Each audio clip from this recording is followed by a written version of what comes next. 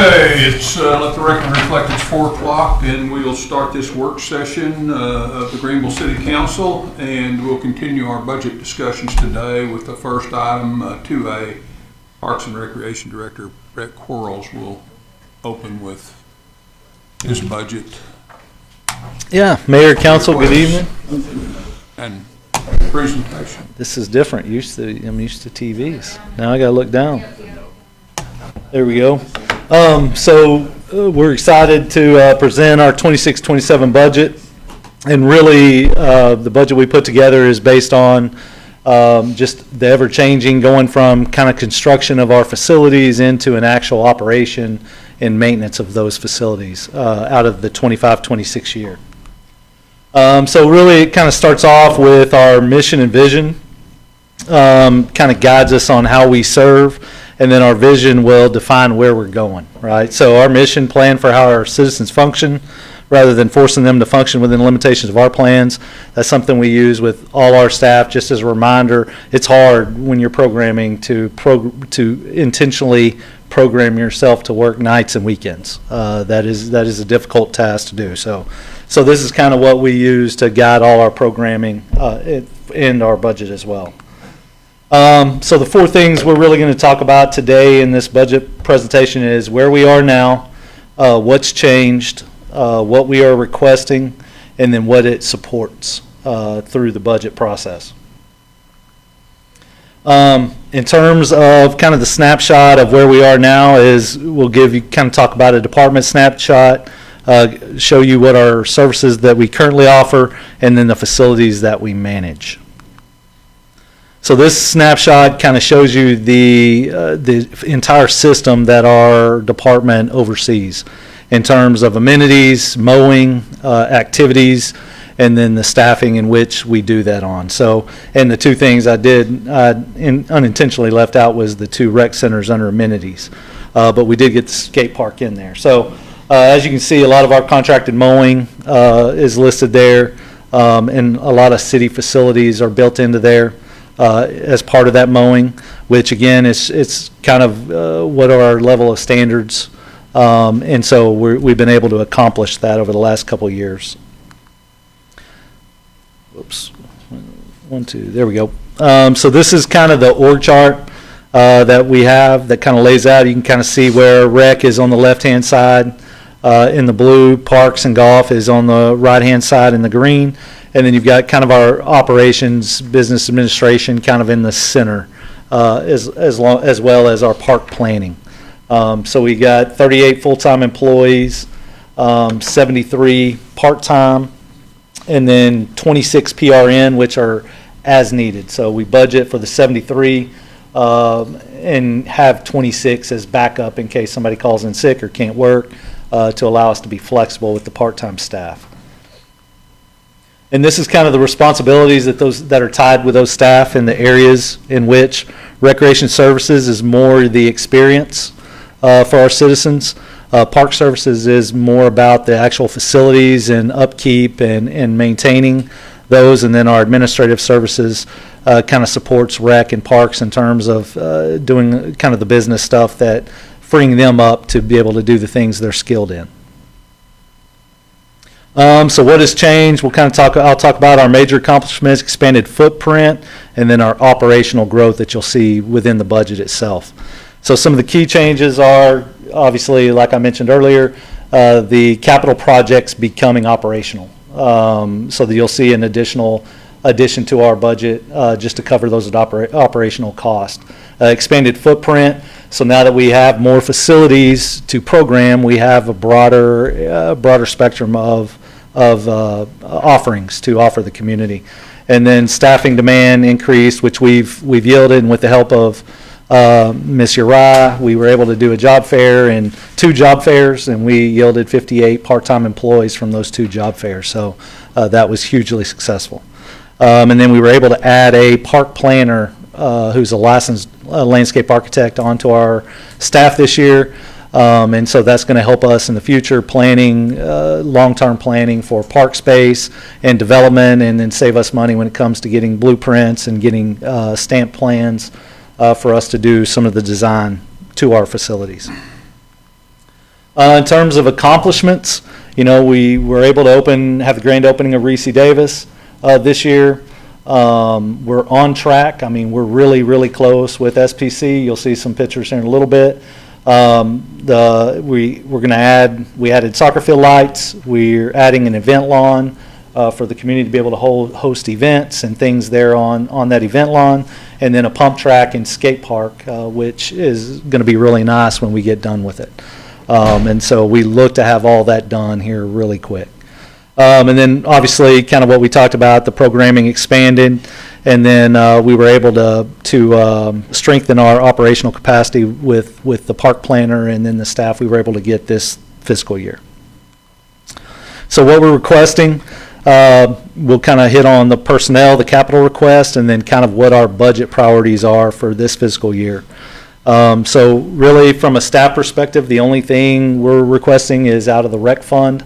It's going to be 5 additional part-time positions to cover concessions. We inadvertently left that out of last year. And then it would be adding 2 PRN with those 5 positions, and then adding 2 PRN to Reese Davis. Currently they have 5 part-time. It would be adding some backup flexibility there through the PRN. In terms of general fund capital, mower lift.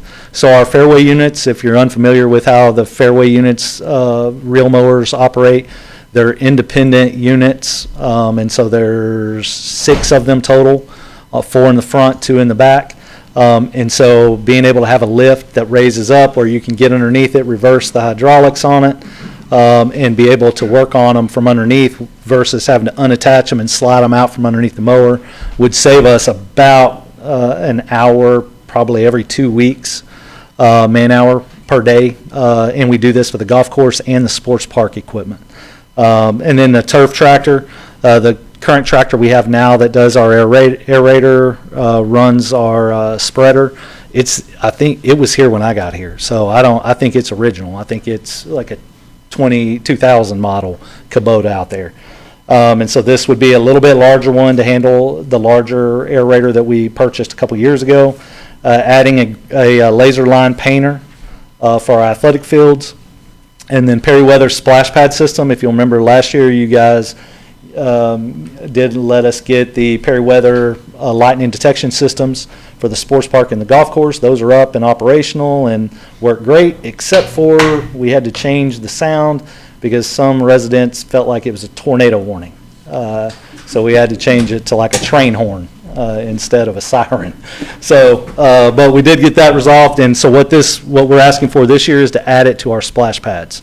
And what it essentially would do is once that lightning detection goes off, it would automatically kill the water to the splash pad, and whereas right now we have to call in a staff member to come in and wait for them to get there to turn it off manually. And then Civic Center electronic sign out there at the Civic Center, we would do the similar thing to what we did at Reese with the rock work around that electronic sign, just to kind of enhance it. Right now it's just kind of framed with the electronic signs on it.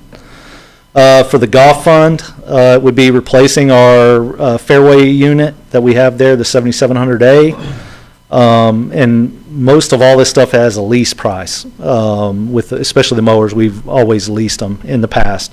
The triplex unit would also be a replacement for the greens mower, and then purchasing a blower to blow debris off the greens and fairways, and then a greens roller that we would use on the greens. We could use it on the greens and at the sports park on athletic fields. So looking at our general fund, so the adjustment you'll see is about a 20% change, an increase of about $296,000 in operations. Most of that is going to be due to there's rising cost that we found going through the bid quote process, as well as expanded footprint space for contracts. We added the fire EOC to the mowing contract, and then added just the sports park center itself to the mowing contract. And then I think we did up our botanicals just a little bit, just to account for the 4 acres of 419 that we have in the event lawn, to dress it up and keep it green. Looking at the rec fund, you see we went up about 72%, and so about a $354,000 increase. Last year, we didn't really program to have many programs because we knew we were unsure when the completion date would be and we would be open and programming. So we only programmed for half the year. And so you'll see the increase there of 72%, and then the revenue increase for this year for 73% projected. So, and then looking at the golf fund, I gave those guys props at first, but then I figured out that facilities actually moved the fuel from the golf fund to the parks fund. So that was $11,000 of that $13,000 decrease. So we did go down a little bit in the golf fund, technically by moving the fuel into the parks fund. Okay, so talking a little bit about what it's going to support in terms of service delivery and programming. Improve service delivery. So again, it's going to be we're going to expand, which you'll see a slide here in a minute that'll talk about all the programs that we're expanding, the capability we have with the next year, with the new facilities. Safer facilities, stronger programs, and then long-term sustainability, which is our goal, for it to be sustainable long-term. So this is kind of what you're going to see from a programming standpoint for 26-27. We'll have 46 total programs programmed out at Reese Davis, 169 total at the sports park, and that includes 49 aquatic programs, which is going to be year-round swim lessons or fitness, those type of things. In the aquatic, 62 sports programs, which we're adjusting some of our rec programs and adding an additional regional component that will draw in regional youth teams. And then fitness programs, and then camps. We'll have summer camps and camp programs, even athletic camps we'll be offering through that facility. So we'll have a total of 235 programs at the facility, and that's including 20 special events that we'll have year after year as we do every year. So, parkland dedication, for those that are unfamiliar with that, we'll kind of highlight what that looks like. We'll talk about kind of the purpose, the eligible uses, strategic value, and then the current focus of parkland. So the map on the right is kind of how our parkland districts are split up. So if you build a house in District 1, the developer's money has to go into District 1. The city match goes into the opposite district, so 3 or 4. And we do that because when we were putting this ordinance together in 2020, the one thing we noticed is that the areas that were developing were very strong, looked vibrant, but there were the other sides were left behind, so to speak. And it was costing cities more and more to bring them back up because they kind of got left behind. So as part of this ordinance, we added the city match to address that, to kind of put that in so that we're always improving all areas of the city at all times. And so this kind of gives you an idea of what the fund balance looks like. Right now, we're sitting on about $895,000, and so this fiscal year, I wouldn't expect that we're going to do very much with that money. We're going to sit for the year, get surveys done, get all the parks kind of laid out with our park planner, and then next fiscal year, we'll come to you and with a plan of implementation plan to start spinning that down and let this build back up a little bit, because we spent a pretty big chunk on the pump track there in District 3. So kind of give you a bond update. So the funding summary kind of looks as follows: about $70.70 million in funding, and about $70.2 million in expenditures to date. We've got everything else we bring to you. There are no change orders in the OACs. So like tonight, the stuff I'm bringing to you tonight with BSN, that's all budgeted FF&E that's within scope. So it's currently within an amount that's already held out of that. But in terms of that, we don't really have a lot left. There may be a few little things that we forgot from an FF&E standpoint, but as it sits, I think we're sitting in pretty good shape, really good shape. So, and then kind of go through, show you some images of the facility and where we're at. All the landscape is pretty much done on the outside. They've got some hydromulch to do once we get the irrigation system fully energized. They'll be able to finish out the hydromulch. Kind of see the interior stairways. They're finishing some stuff there on the stairs. And then, but I mean, pretty much, it's a pretty empty building, right? You've got some people there working interior, but the construction of it's pretty much done. So I think the AP guys actually got in the pool Friday. They went to Academy, bought swim trunks, and swam Friday. So, yeah. So, and then this kind of an interior view of what it looks like. Those are 2 of the wood courts. We got 4 total. So got the G logo stained in them. The blue courts that you see, the same type of surfacing we have at Reese. That won't be the finished look. It'll have turf that overlays on top of that. So that whole area will be turf when we're done. But today when I was there, they're finishing up putting the dividers up. So all the courts are split and divided up. And so the running track upstairs, that area is done. We've got fitness equipment coming in next week. So all that'll be installed next week, and then all the office furniture will be installed the following week. So our goal is to have our staff moved in July 6th. So we would start moving all our staff from Tractor Supply over to Sports Park Center. But we'll still need Tractor Supply for a couple months, storage, in case Chief's listening.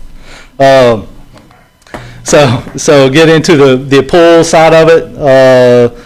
Like I said, it's operational, looks great. And the best part about it, Friday when I went through, they had the lights. They got all the lights installed, and they're up lights, so it's all on the ceiling, not down lights. So it looks really, really nice. But the best part was you didn't smell chlorine until you were in the second sliding door in the whole building. So that's the only place you smell chlorine, which is our goal. So. But yeah, it turned out really, really nice, and I think our citizens are really going to love it. To hit on some council requests, some things that have been brought up over the last couple months: park restroom additions, and then turfing athletic fields. When you look at the park restroom renovations, we looked at 3 different models. We looked at option A, which is basically concrete pads with porta potties. There, it's about $110 a week per park. We've got 8 parks that we would have to do this to, that you would be paying for service to come clean those porta potties every week. Option B is the prefab, which was a little bit more expensive than what it used to be. It used to be pretty even. B and C used to be pretty even. And then option C is a contractor design build. And looking at single users, 9x12, it would have a utility chase where we can heat them, where we don't have to go winterize them, shut them down, because that's the biggest thing we deal with is having to go shut the bathrooms completely down, and then tomorrow it's 70 degrees, and you got to go re-energize them, get them back up. So that would be about the double user on the option C is wrong. It should be 92,000, not 72. So that's a typo on my part. But the single user sites, which is what I would recommend if that's something council wanted to do for all our parks, which typically neighborhood parks you don't plan to put restrooms in them because they're typically small parks, and it's the surrounding areas that are walking there, because it's why you don't usually see parking lots and those type of things, because it's really not designed to have restrooms. However, like Austin Park has pickleball courts. I did not know pickleball was going to be that big. So people are driving around town to get to pickleball courts. However, we're about to open a facility that has 18 pickleball courts. So how much are people going to be outside playing pickleball versus being at the new facility, we don't know. We know Reese runs a lot, about 60 on Saturdays, 60 pickleballers on Saturdays. So in the evening, weeknights, I don't know how many people are going to be in the small neighborhood parks using them for those amenities. And then, of course, that includes signage, bike racks. We put that type of stuff in there, and then adding cameras as well to make sure we've got cameras everywhere. Looking at turfing our fields, the cost came back pretty universal, around $13 a square foot. I would hesitate at that, mainly because the pump track we just did, it came back at $13 a square foot for turf. However, all the geotech and earthwork was already done as part of the construction of that pump track. What we do know is the geotech report came back, and to have a pliability index to basically have less than 1 inch of vertical movement, we had to take 8 feet out from underneath the entire site of the pump track and put new dirt in and pack it in 8-inch lifts. That was the geotech report. So we have a geotech report from a couple of our ball fields where we've got some anomalies that run across purple and green. And so we had them test that as part of the Sports Park Center just to see what that was. It's the same makeup that the pump track that the building's at.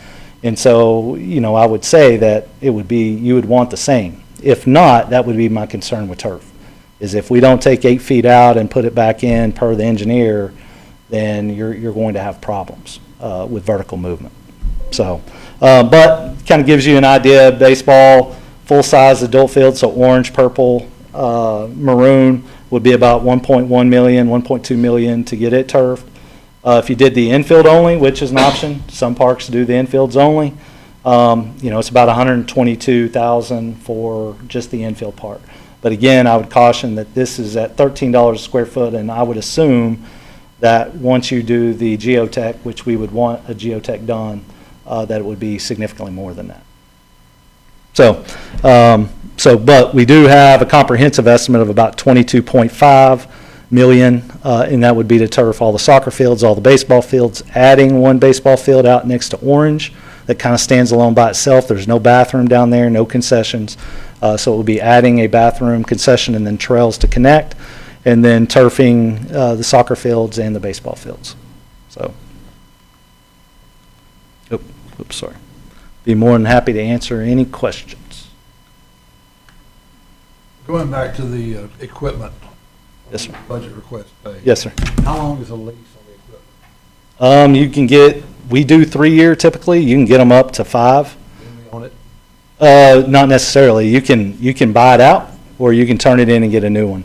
The thing with mowing equipment is that we're always going to be mowing. So when you look at buying, as an example, that 7700A was a $98,000 piece of equipment. You would spend that, and in 5 years, after about year 3, it's depreciating. You're spending money on it every year to fix it and keep it going, and then you got to have another $100,000 to replace it. So we found several years ago, I think this is, since I've been here, this may be the 10th year we've done the mowing lease. We moved to that in like 2015, 2016, to where all our mowing equipment, we went to leases because we're always going to need it. But you do have the option, if it's something that's low hours, that you're not putting a lot of hours on, then yeah, that would be like the tractor may be something that may be in our best interest to lease it for the first 3 years and then buy it out, because that's going to be a low hours piece of equipment. You had mentioned that the Kubota had been here forever, so I didn't know if we owned it or we were still. Yeah, we own lease that. on it, or- No, we own that, yes, sir. Yeah, they didn't own, I don't think we leased, to my knowledge, we didn't lease any equipment until 2015, 2016. So. Does your department do the maintenance on your own machines? No, sir. Like the lease, you have a year free. So the John Deere handles all the maintenance of that, and then we use our fleet division helps us, especially the very specialized equipment like the reel mowers. We will probably do a little bit more work on that. They're not as familiar with that equipment. But when you get in hydraulic leaks and motors and pumps, we send it out there to our fleet department. So for the first year, John Deere's going to do Mm-hmm. Yes, oil sir. filters? Yeah, and they come service it. Yes, sir.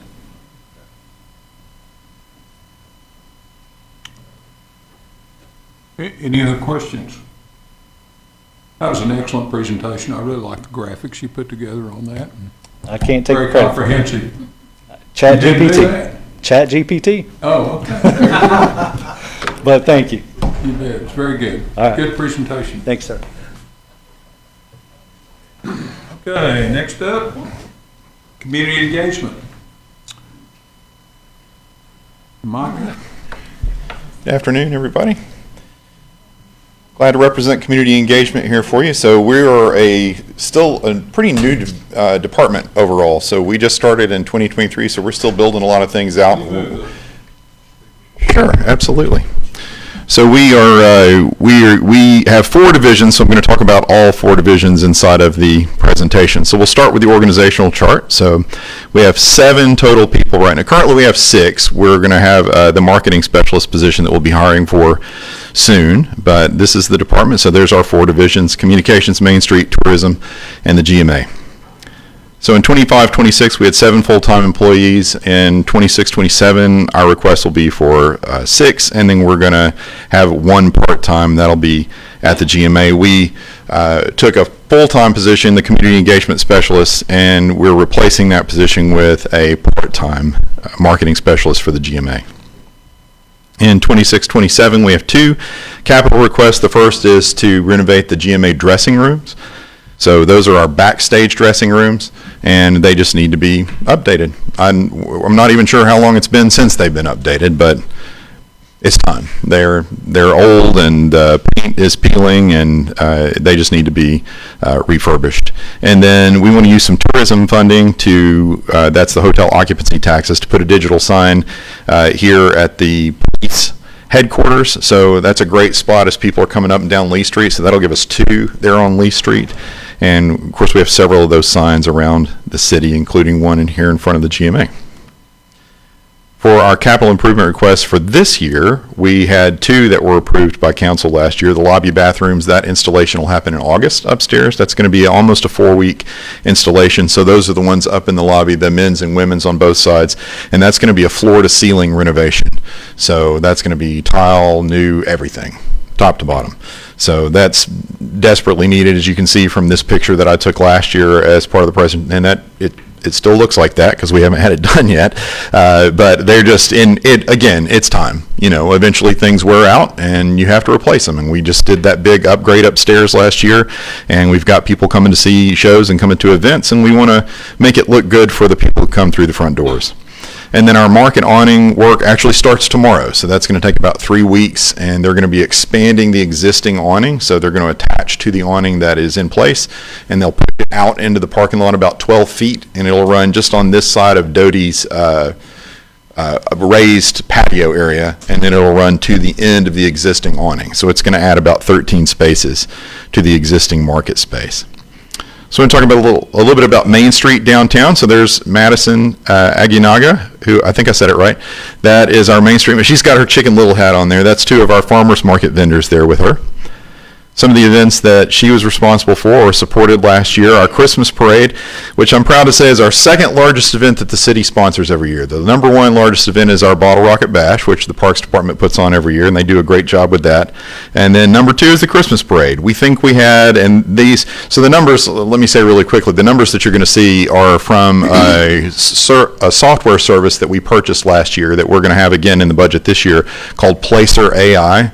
And it's really incredible, the data that they can give us. It's also horrifying at the same time because they're tracking our cell phones, and they have an incredible amount of data, and you're going to see a lot of that data today that we got from Placer AI. So this estimated attendance is based on Placer AI data. I will say that our Christmas parade and our Halloween are a little difficult for us to estimate because we have a huge number of kids who come out, and a lot of those kids don't have phones, and even if they do, Placer does not track anyone under 18. So that kind of makes it tricky for us to estimate some of these numbers. So that 12,000 is estimated based on the adult numbers that we got through Placer, and year over year that was a 6.2% increase from 2024. Our Music at the Market, which is our concert series we do at the Farmers Market, which actually starts this Friday, so we'll do 6 free concerts. We started that 2 years ago, and last year we averaged 100 attendees per week. We expect that number is going to go up. That was a 50% increase over 24. Last year was the first year that we managed the 4th of July Park Street Parade. That was done by the Park Street Historic Association for years, and they contacted us and said, we really don't have the volunteer manpower to do this anymore. Would you be interested in taking it? And so we took that last year. We estimate that there were about 2,500 people for that parade, which was a 6.3% increase. And we think that number will go up. So Madison does a really great job of advertising and managing these events for us, which is why you're going to see that these numbers year over year are going up since she came on board. Our Halloween on the Square, one of my favorite events we do every year. If you guys aren't coming to that, I highly recommend you come to Halloween on the Square. is a fantastic event. It makes you feel young again, seeing all these kids running around. They're so excited, and they got their costumes on, and of course they're hopped up on sugar too. But it's a really cool event. We have lots of community partners that come out, and that event, one of our key drivers for that event is that nothing can be sold. We do not allow any vendors to sell anything. The event is completely free for our citizens. So when they come in, anything that they get when they come into the space, whether it's popcorn or a trinket that, some people bring like little toys to hand out, or just candy, that all of that is free, that there's no expectation of payment, because we want this to be a big, free, safe community event. And our fire and police department and parks department and library, the whole city comes together for that event.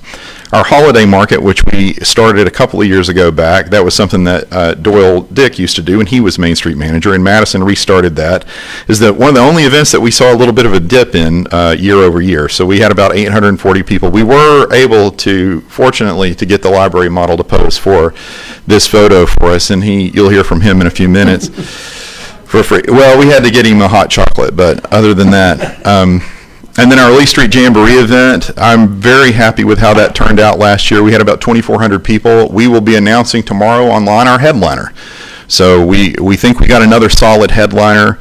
The picture that you see here, that was South Hall. They were our headliner last year, and we caught them right before they took off. They've been on tour in the spring with the Black Crowes and Whiskey Myers, and they're touring all over the world. And they were here in Greenville, and you could have seen them for free last September. So we think that the person we've got coming in as the headliner this year is going to be very similar. And our evidence that this worked is it was a 204% increase over the previous year's Lee Street Jamboree. So I think we've hit on a formula that's going to work for us. And again, this is a free event for our citizens. That we do hope that they purchase food and drink from our downtown businesses, but it is free for them. So here's some more playthrough data that is pretty cool. This is our farmers market reach. So you can see on the heat map there, that shows you where people are coming to our farmers market from. We had 11 states outside of Texas with visitors who came to the farmers market. Probably people who came in to visit family, right? But I still think that's pretty cool that we're drawing people from all over our region. So about 7,000 visitors, 12,600 visits. And remember, this is only on Saturday morning for just 3 or 4 hours. That's it. And we only do it from April to November. So this isn't like a 7-day-a-week thing. Based on those numbers, we estimate about $189,000 in economic impact. And again, if you look at those year-over-year numbers, that's where you really see the impact. And I think that we really see the impact of Madison in this role as our Main Street manager. You look at our 2022 numbers, a 75% increase in 2025 over those 2022 numbers. So again, we're growing year over year over year, which is why we needed the expansion to the awning. This is our downtown Greenville area, so we are able to go in and geofence off an area and look at who's coming through. So this is for the calendar year 2025, 146,000 visitors. That's visitors from every state in the United States except for Delaware and Maine, and clearly we need to advertise in Delaware and Maine, tell them they need to come visit downtown Greenville. Just so you're aware, these numbers represent people who drove a minimum of 50 miles away from Greenville and who stayed a minimum of 10 minutes inside of our city, or inside of our marked off area. So this is our downtown area. Again, you see year over year, what are we seeing? Increases. We're seeing more people come to the city as we grow. If people came into our downtown area and we can see that they spent an average of 65 minutes, which means they probably came to eat or to shop or to go down to the courthouse or whatever they may have come to downtown, if we estimate at $15 per head, that's a $9.4 million economic impact to our downtown area. The Main Street Division is requesting a 3% increase to their budget year over year. So you can see there, those are the changes. So just a little bit higher on supplies and contracted services. And then a big drop in repair and maintenance from Madison's side. She had an expense last year. She took care of that, and now, so she's bringing that number back down. There's Stacy Foley, our tourism manager in the blue. This was at our Taste of Greenville event. So that was in April, and we're going to do that. We're going to move that to February next year. We want this to be an annual event. This was in conjunction with Fish. So this was a fundraiser that we supported with Fish, and we had local businesses and restaurants come out, and they offered samples of free food, and you could purchase a ticket and come in and eat. We had over 200 people come out to that event, and they raised $6,725 for Fish. All that money comes right back into our community to help needy people. So this is something that I've wanted to bring in since I got here, and I was very glad for Stacy's help and Rebecca Ecker at Fish for helping us get that off the ground. I think it'll be a really great annual event for the city, and again, to help people who are in need. Our Festival of the Arts saw no change, so the numbers were flat there, but we still saw 1,400 people come out to that event. And then this was something that Stacy was very passionate about, and I was glad that she was able to do the work to partner with Carry the Load. So if you may have seen Carry the Load come through, they're a national organization. They've come through the city for years. It used to be that they carried a flag down Wesley Street, and a couple of years ago they kind of shifted their model to, instead of doing these walks, they went to a static location. So this year we went to Graham Park, and that was Memorial Day weekend. It'll be Memorial Day weekend again next year, and about 500 people came out to the event this year. Stacy plans for us to continue to support that event because we're certainly in support of the work that they're doing to help veterans, first responders, and they raise funds and help people who, families who have lost someone in the line of duty, or if they've gotten hurt, that sort of thing. The Fishing Lure and Tackle Show is something that Stacy started a couple of years ago with the help of Blake Taylor, who is very heavily involved in that organization. So around 300 people last year. What we're really looking forward to with this is that Blake is taking the steps to make this a national show. We think in the next 2 to 3 years, or Blake thinks in the next 2 to 3 years, we're gonna see this become a national show, and those numbers are going to go way up when that happens. If you've never been to this, it actually is really fascinating to go and see some of these hand-painted wood lures that people collect, that some of them are 100 years old, that are still in great shape. That it's pretty interesting. Something else that Stacy brought in, this is the kind of stuff that she does. She's looking for opportunities. How do we bring people into the city to show them Greenville? She went to Sulphur Springs to this Edgar Allan Poe speakeasy, and while she was there, she got a card and said, "Hey, do you guys take this show around?" And they said, "Yeah." And so she worked with the Landmark, and they brought the show in. We had about 650 people attend those shows, and we've already had several people calling. We are going to have that group back again this October at the Landmark. And then Stacy went to the Dallas Travel Show, and that was with the Northeast Texas Tourism Council, and she was really proud that they got first place in scans. So that's people coming by and getting information from the group, and they beat Louisville, Kentucky, who was handing out free bourbon. So that's pretty good if you can beat the free bourbon. This is a slide I've showed you guys every year since I've been here. These are our Tour Texas numbers. This costs us about $4,500 a year. This is the official tourism website for the state of Texas, and we have a couple of pages on here that we pay for. You can see we had 101,000 people interact with the page, and then they always send us these numbers every year that you can see down at the bottom with 529 visitor guide requests, and Stacy handles all those requests. They estimate a $48 economic impact, so that's around $25,000 back into the city. So it's really nice with advertising when we can see clear ROI, because a lot of times we don't get it's hard to know with advertising sometimes your ROI, and so this is one that we get a pretty clean picture of. Some of the places where we promoted the city regionally and nationally, the Texas Parks and Wildlife, this is our third year to be in the scavenger hunt for that event, and they only take 8 entries from our region, which is basically Northeast Texas, and so we've been in that for the last 3 years.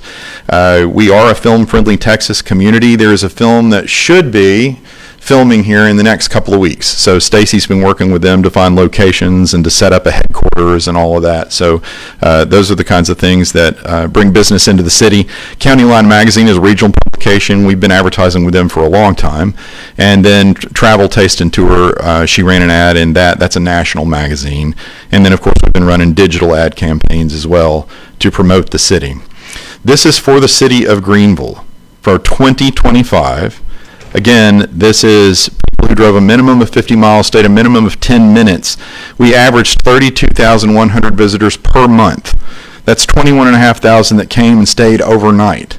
Our top markets, DFW, Tyler, Longview, Houston, and Shreveport, estimated economic impact $35.9 million. So these are people who are coming to the city for any number of reasons, but these could be tourists, people who are coming on business, they could be visiting family, but these numbers are it's pretty incredible that you see. And if you look at that heat map, I think that's very telling. You can see how wide our draw is as a city. And again, these are not people who are stopping and getting gas and moving along. They're stopping and they're staying and they're purchasing food in our restaurants, or they're going to our shops. When the Cinemark opens, right, we're going to see this number go up because they're going to draw people in, which is going to lead to more businesses. So again, we're on the rise, we're growing, and we're seeing those numbers right here. We're seeing proof of that. The tourism division is requesting a 2.5% increase year over year on their budget. So just small minor changes in the contracted services and then in supplies. There's Daniel and me. We were freezing to death in front of the GMA for the Christmas parade, and Daniel is our communications manager, heads our communications division now. So some of the things he's been working on are our website updates. The website is kind of like the laundry; it never ends. There's no finishing it. You just are constantly having to deal with the website. But he is working really hard to try to make the website more navigable, to make sure that we're ADA compliant, to meet certain deadlines that are set by the federal government. So those are all things that he's working on. We were able to put in an in-house studio upstairs. So that third item, the city council recap, I hope you guys have seen some of those videos. I'm really proud of the work he's doing there. Those are really great. It's a great way for citizens to see what's happening without having to sit through what may be an hour or an hour and a half long meeting. So he just cuts right through, tells you exactly what happened.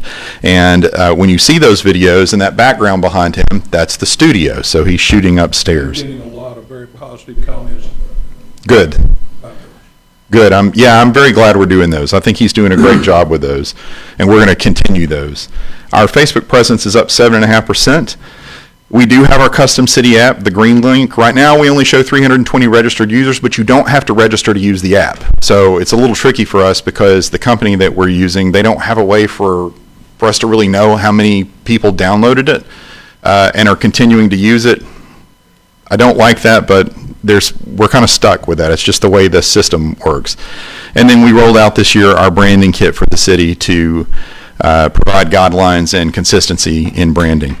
Daniel ran a communication survey from January to March. So some of the key items that we saw in here: where do people get their info? Facebook.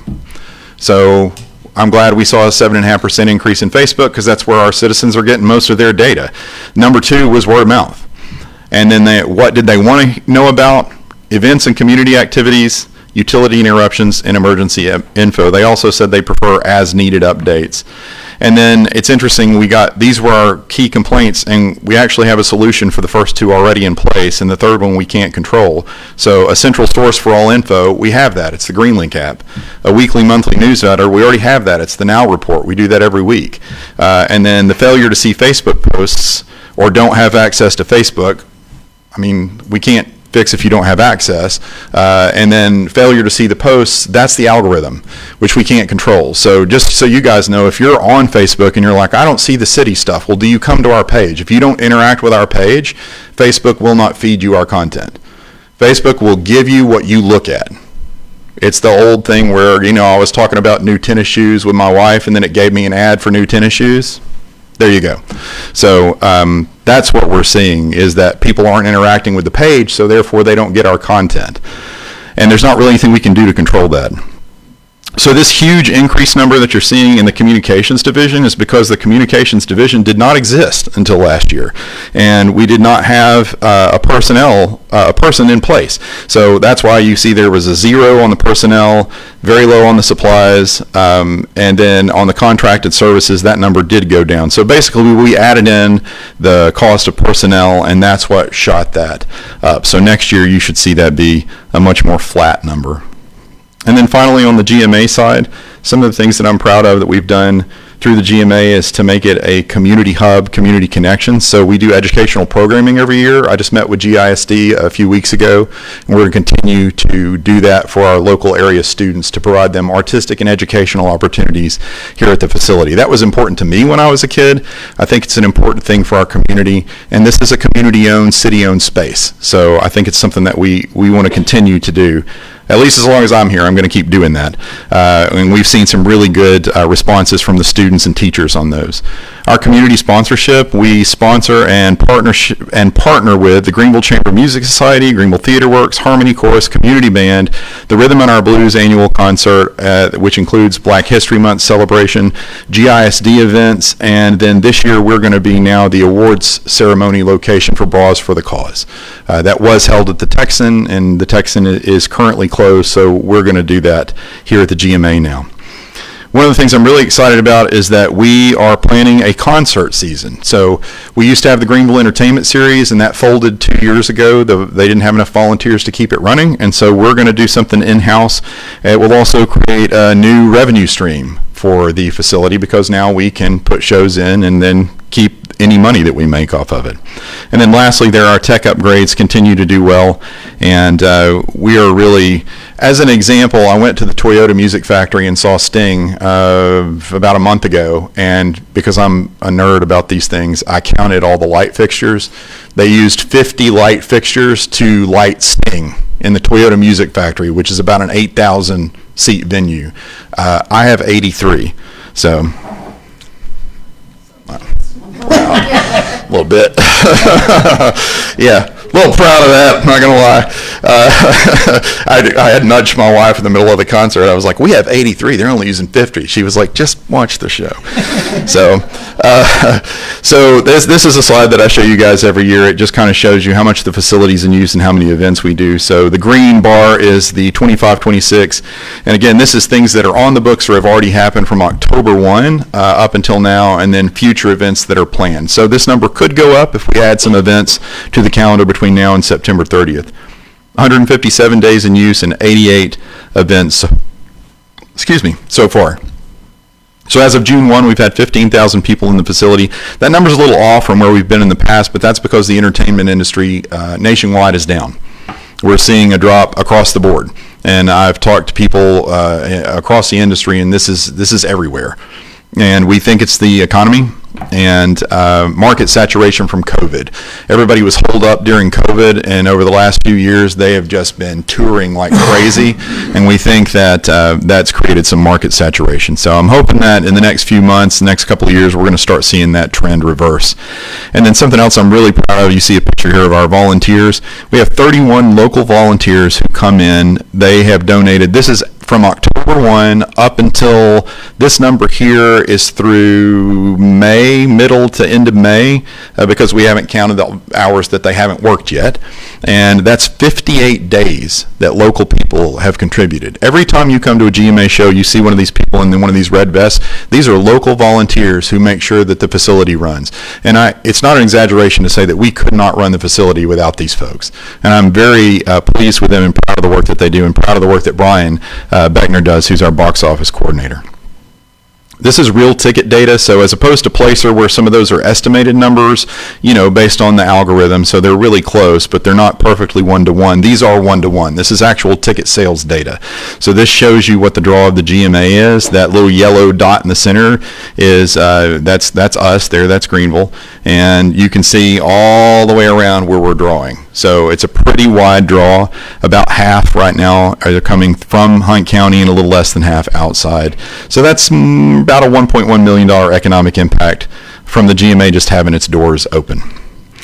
I've been running a patron survey since January of 25. It's an ongoing survey, so far we've had about 270 people respond. I'm very proud of this Net Promoter Score. So essentially this is the people who say we don't really like you and the people who say we really like you. They subtract those two numbers and you get a Net Promoter Score. It's a survey thing. A top quartile for music entertainment venues is 77. Our score was 86. Essentially what that means, to give you an idea, Apple is like 79. So the GMA is doing really well is what I'm saying. People love the facility. They love coming to shows here. They're telling us that they love coming to shows here. And you can see that in these results. One of the things that I see in our issues and complaints is parking. That is far and away the number one thing that I get complaints about. There's not enough parking. There's not enough handicap parking. There's not enough parking close to the facility. So this is the number one complaint that I get. The second is with marketing, which hopefully we're going to resolve that with a marketing specialist. And then the third thing that we saw from the results of the survey was just more shows, more variety of shows. We are asking for a 35% increase, and that's to cover the cost of our GMA season. So that's what you see there. That's about a $200,000 buy. That's going to get us, right now, I've got about 12 shows that we're looking at, and I think we can probably squeeze in one, maybe two more at that price tag. That covers everything. So that's the production cost, that's hospitality, that's hotels, that's marketing, that's the cost of the artists themselves. And so we think we've got a pretty solid season put together that's pretty wide-ranging, some family-friendly things in there, and things that we think people are going to want to come see based on what we saw in our survey. And then a slight increase in personnel, that's that part-time position coming in. And then finally, just if you look at all of these numbers together that I presented to you today, because as I was putting this together, I thought, well, what's the total, right? Like if we look at all of our economic impact and you look at all of the events that we've done, 43.4 million, were we responsible for all of that? No, but we were responsible for a chunk of it based on the advertising that we do for the city, and then of course the events that we put together. And then that hard number, 42,110 people. So that's at all of our events that we put on. So I'm proud of the work that my team does. I think that we're providing opportunities for citizens to have places to come and enjoy an evening out and enjoy some entertainment, and we're providing really solid quality of life options for our citizens right here in Greenville. So any questions? I have a couple statements. I think that increase, 35.12%, really there's a big return on investment. Yeah, So it'd be absolutely. nice to, if we figure out a way to know what that investment is. I'll leave that up to you. And Yeah, I am working on that. Yeah, we haven't done that before, so I actually met with Ben Petty, our finance director, last week, and said, I need a way to get some really clean numbers here so that I know that we're being profitable or not, so we know where we're landing. Yeah. The other thing, I'm not an analyst, and we love how much you nerd out on it, for sure. But the biggest increases, there's a huge variance in those increases in attendance, but from what I saw, by far off the chart, the biggest increases were the ones that were related. So those other ones that only grew 4, 5, 10, 12%, how do we add music into those? Because clearly, Yeah. And let me shout out Mike Rowland here, because I think I mentioned everybody in my department except for Mike, and Mike is the one who does a lot of those. He has a lot of he's a musician, sound guy, and so he's been playing in the area for 25 years. He knows a ton of people in the industry and the business, and so he goes and gets a lot of those shows for us, and he kind of knows who's hot and who's up and coming. So a lot of that's Mike that handles that for us. Yeah. sure. He's great. He is, yeah. Couldn't run the facility without him. Don't tell him. Wait, is he watching? He's going to ask for a raise now. I think you're doing a good job since you've been here, and you've been creative, and I believe if we had a little bit more parking, I think it would grow even more. If we had some more parking, that would help you out, and people come downtown, because the parking is very bad here in Greenville. I don't know how we can come up with a solution for the more parking. That's what probably would give us more people to come down here and see the product that you have started here. And I'm very proud that you're doing a great job. Thank you, sir. Okay. Thank you very much. Great presentation. We Thank you. appreciate it. Okay, next up is item 2C, the library. I don't know if you noticed the last picture, I'm in that one as well. So just want to say that really closely. And then Micah said Weird Al's coming, so I was really excited, right? Is that right? I didn't contact his Yeah, so I'm trying to get word out here. Thank you very much for the opportunity to come and talk about the library to the mayor and the city council tonight. I appreciate this opportunity through this budget presentation tonight. This is a really beautiful picture, and I really, Evan went and took this picture, and I just really like it because it now has our Harmony Garden in it as well. Except for you see the outside of the library, the bottom of it isn't that pretty, but the picture is a very beautiful picture, and I appreciate Evan to taking that. To look at the library itself, we really look at our mission statement, our vision. That's really where it starts at. And these guys, Brett and Mike, we're all about empowering lives, trying to make a change and enriching lives in this community. And so our library, our mission is to provide equitable access to the evolving world of information, education, and leisure. Our vision, we want to be a vibrant, enriching, and inclusive community center that educates, empowers, and inspires. And really, that's what the library is all about, it's empowering lives, giving the tools and skills necessary for the community to grow from all ages and kids all the way to seniors as well, to really help them, inspire them in their walk. And so that's really our vision. Throughout tonight, we'll talk a little bit about that. Here's our org chart. There is a little bit of change. The library programmer would change that title to the community engagement specialist, which that is Allie here with me tonight. That's kind of our org chart for you. We have digital arts coordinator, adult services, 2 of them. We have one that does the genealogy. That's Danny. He does a really great job back there, and he's kind of a history guru, I guess you could say. If you did come to our Infinite chapter tonight, Danny really talked about Walworth Harrison, and did a really good job at that. He did a video years ago about Walworth Harrison. And so that kind of gives you our org chart. We're also looking, we'll talk about that in a few minutes, about the circulation tech. But this kind of takes you about all those who work at the library. We also have a seasonal librarian who works, a seasonal library worker.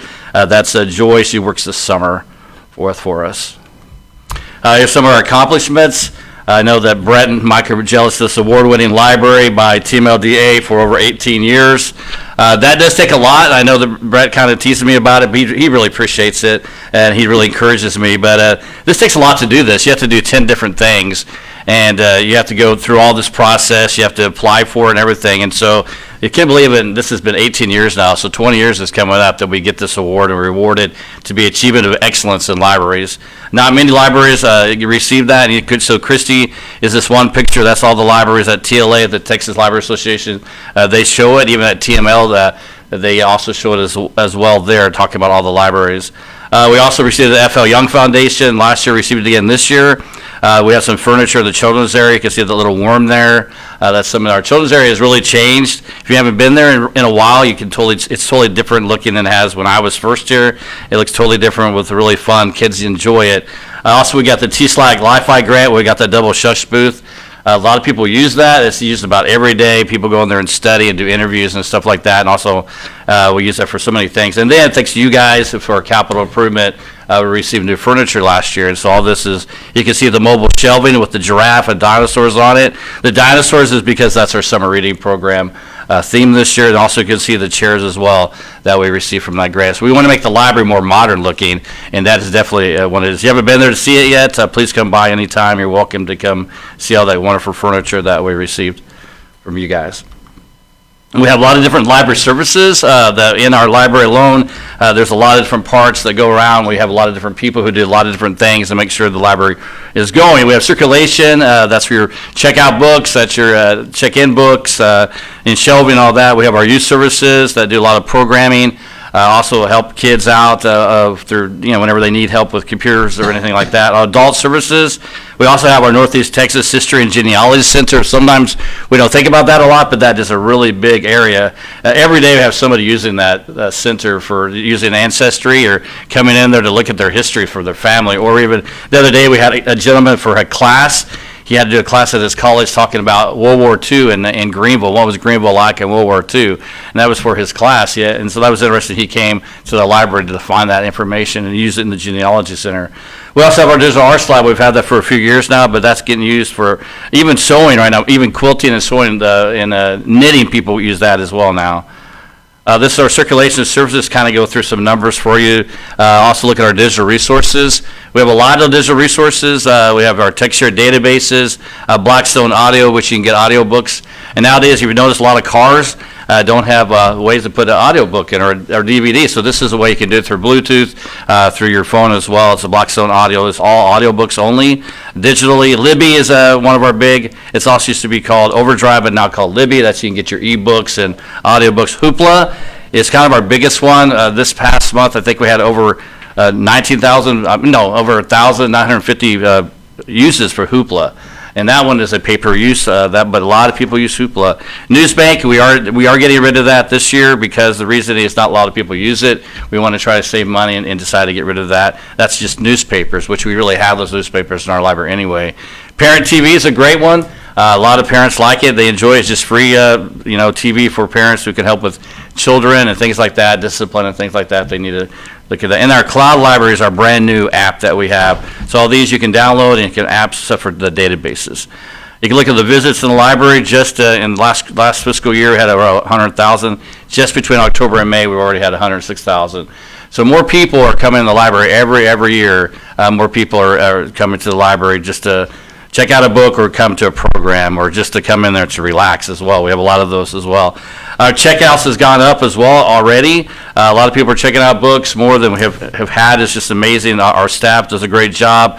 The last fiscal year was 175,000. This year it's over 187,000 checkouts. That could be books, that could be DVDs, that could be all different things, just not only books only. And then our new cards, every month we find out who have new cards, and these are. And the first thing that people ask when they go into a town to visit that town, to move to that town, there's two things. They ask about the education, the school system, and they ask if there's a library in town. And we've had so many people, new people come this summer already, being part of our library, getting new cards every day. And so these are new cards up to just last month, 1,133 new people. Youth services is important. You can see here we do homeschool programs. This one of the videos is a homeschool event we had in the meeting room, and I don't know how they got those many people in there. I'm glad the fire marshal wasn't around. There was a lot of people in there. We do a lot of story times. We did Andy Fish, the guy out there he's the author from Dallas. He's a graphic artist, and so he came and he even drew me a picture with a Jayhawk. It's in my office. So yeah. No, this is pretty good. So here's our computer usage, some more stats for our youth services. You can look at our computer usage is really high, kind of low, but our reference, a lot of times kids don't always ask a lot of questions, usually parents do. But our programs is what really gets me about. Just this year alone, between October and May, we had over 159 programs with 8,155 attending. And that could be like a touch a truck. That could be any of our programs. We've had, last week, we had a Wildlife on the Move. We had over close to 500 there for that program. So people are coming to the library. We also try to do a lot of outreach. We had about 20 outreach events. We did one with the Parks and Rec, the Hunt County Fair, out there at the little booth they had there. We did school, senior resource fair as well. So we count every time somebody comes by our table. So we had about over 3,000 people coming to our table at our outreach events. We also did that one that came through the town as well. We helped out with a lot fly-in and different things as well for our outreach services. All adult services, again, a lot of people use the computer. We don't have a Wi-Fi count at this time, but Wi-Fi gets used like all the time. We don't have the stats for that. But if you look at the two pictures, Allie, every first Saturday of the month, we do a book club. It's called a coffee and book club. So you can come there. It's Being There and Read That. Did I say that right, Allie? Maybe. Being There, Read That, and she does this book club. She came up with this, and we have a really great turnout. And then LitCon is the other picture there. But for our references are going to be up. That's just for last fiscal year. It's only 2,943 for this year, but it's going to grow for that. And look at our attendance. We only had 90 programs in May. From October to May, we have over 2,000 people attending. And then last year alone, we had 2,006 attendees. We already have more people attending our adult programs. We changed a little bit. I did look for different things for adult program, put staff different areas, and that really has really worked out fantastic.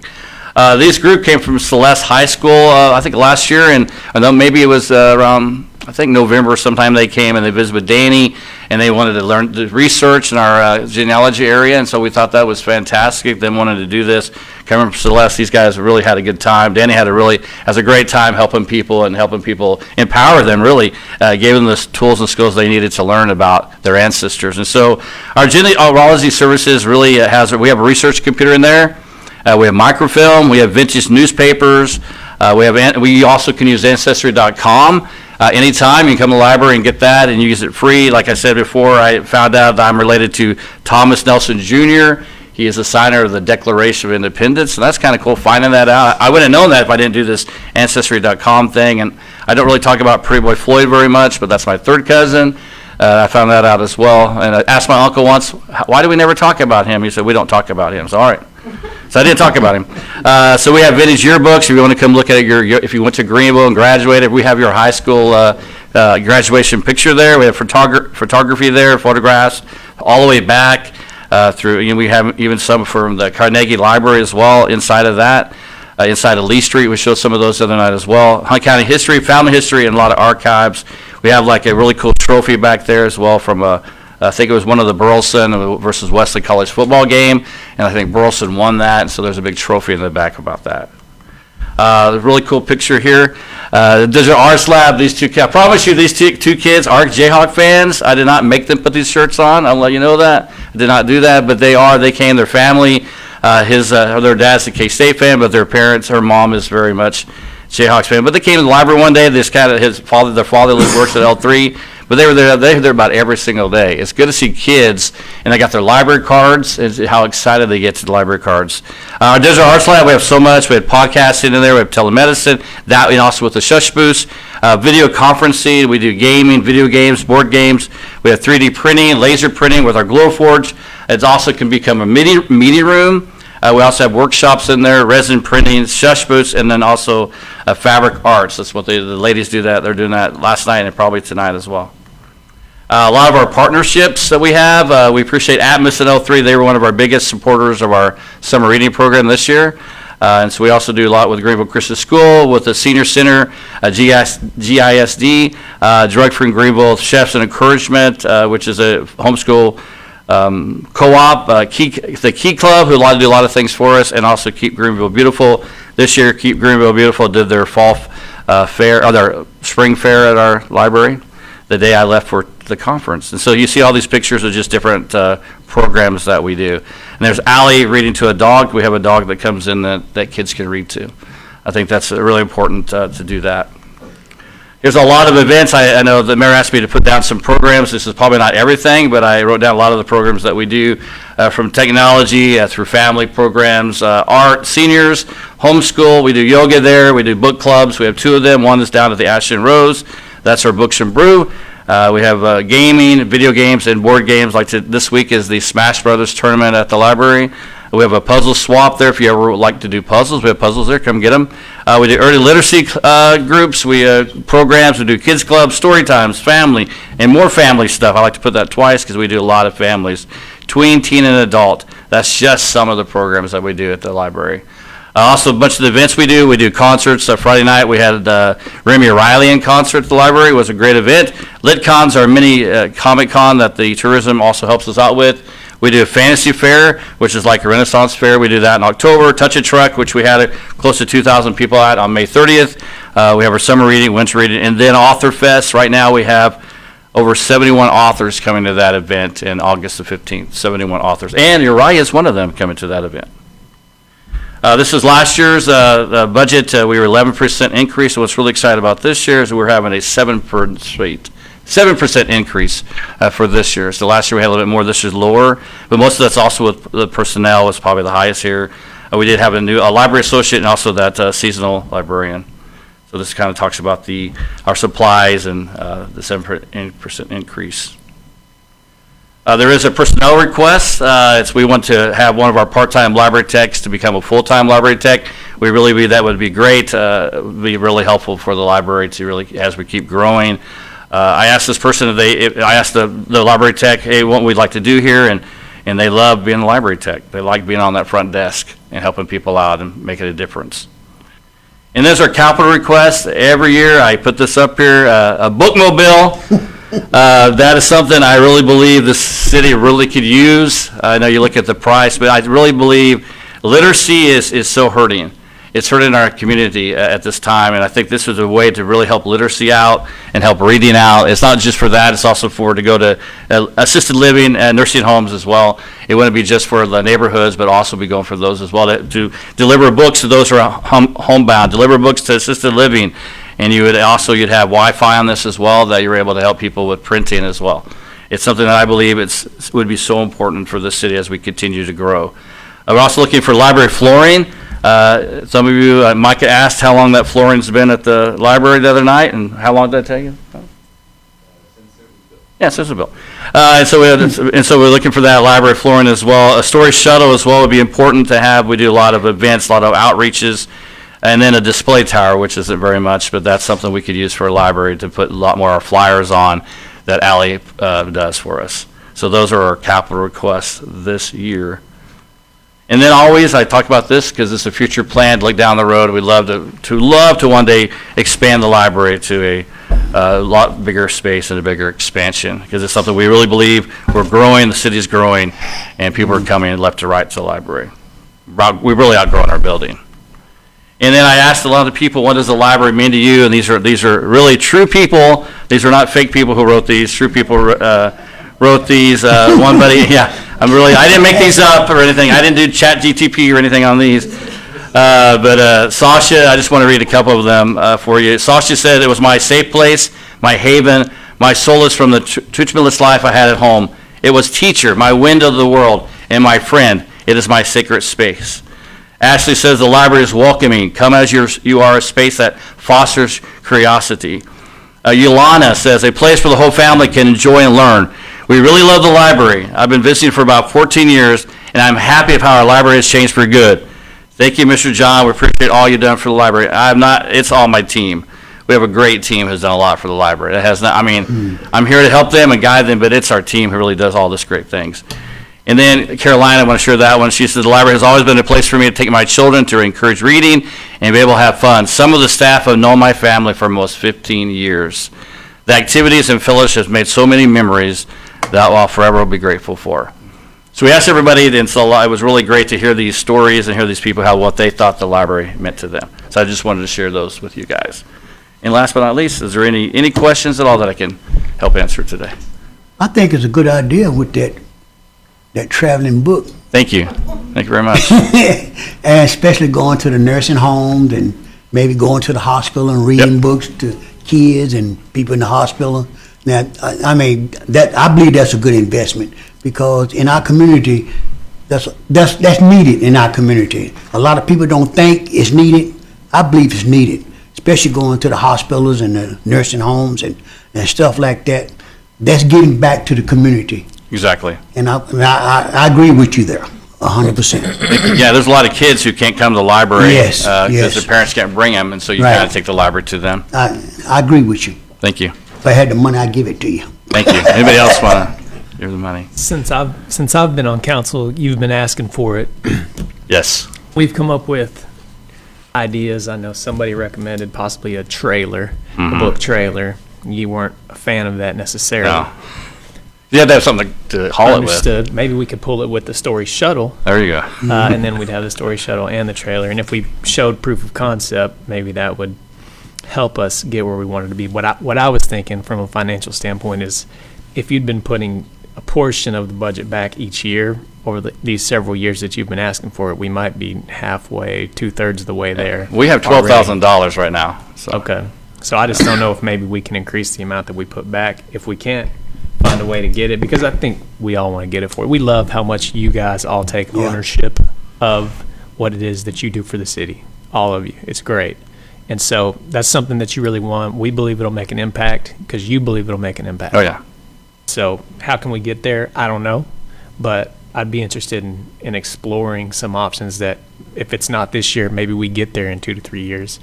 Have something that's nice. I looked them up. There's one that's available for $295,000. Right. Yeah. So your amount is actually on the lower end for a used Yeah, one, it's right? the lower, yeah. Well, no, there's one company that's about $180,000, the one company I checked with, yeah. They're not cheap, but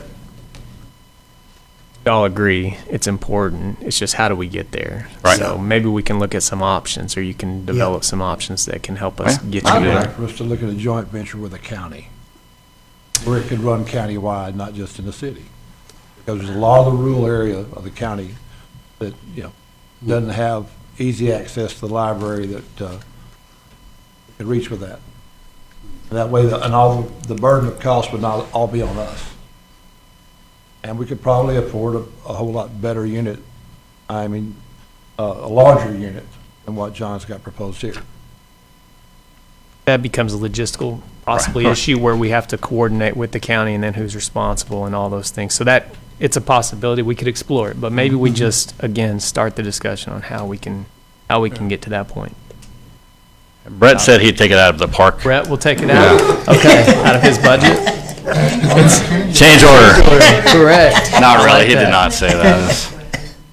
You have to park it at the rec center. I know, yeah, that's true, we'd have to park it. That's all right. We'll park at the rec center. Any other questions? Appreciate it. Thank you very much for letting me talk tonight. Great Thank you. presentation, John. Yes. Thank you. Okay, at this time, we'll go into executive session and let the record reflect it's about 5:15. We'll be back at 6 o'clock.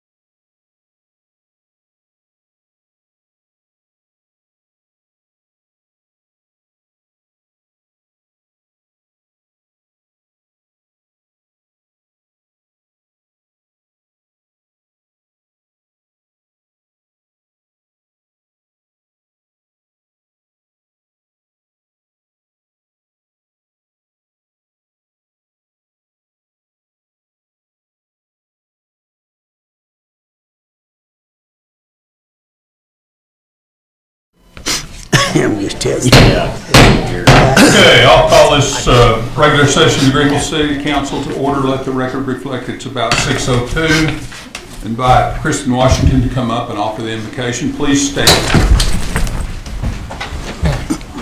Good evening, Mayor, Council. Let us pray. Heavenly Father, we thank you for the opportunity to gather tonight for service for our community. We ask for blessings upon our mayor, city council members, city staff, and all of those present tonight. Grant them wisdom, clarity, and discernment as they engage in discussions and make decisions that impact the lives of the people they serve. Help them to listen with not just their ears, but with their hearts as well. Remove distractions, calm anxious minds, and guide every conversation with respect, understanding, and purpose. Lord, unite us in our shared desire to make Greenville stronger, safer, and better for both present and future generations. We ask that you give us the integrity we need to lead our actions, compassion to shape our decisions, and vision to guide our paths forward. In your most blessed Son, may we say this prayer. We thank you for blessings seen and unseen. We pray for blessings over Greenville and for the staff and for the members. Amen. Amen. Thank you, Kristen. Please join me in the Pledge of Allegiance. I pledge allegiance To the flag of the United States of America and to the republic for which it stands, one nation, under God, indivisible, with liberty and justice for all. Thank you. Please be seated. We have a number of presentations tonight. The first one is for the National Boys and Girls Club Week. Holly here?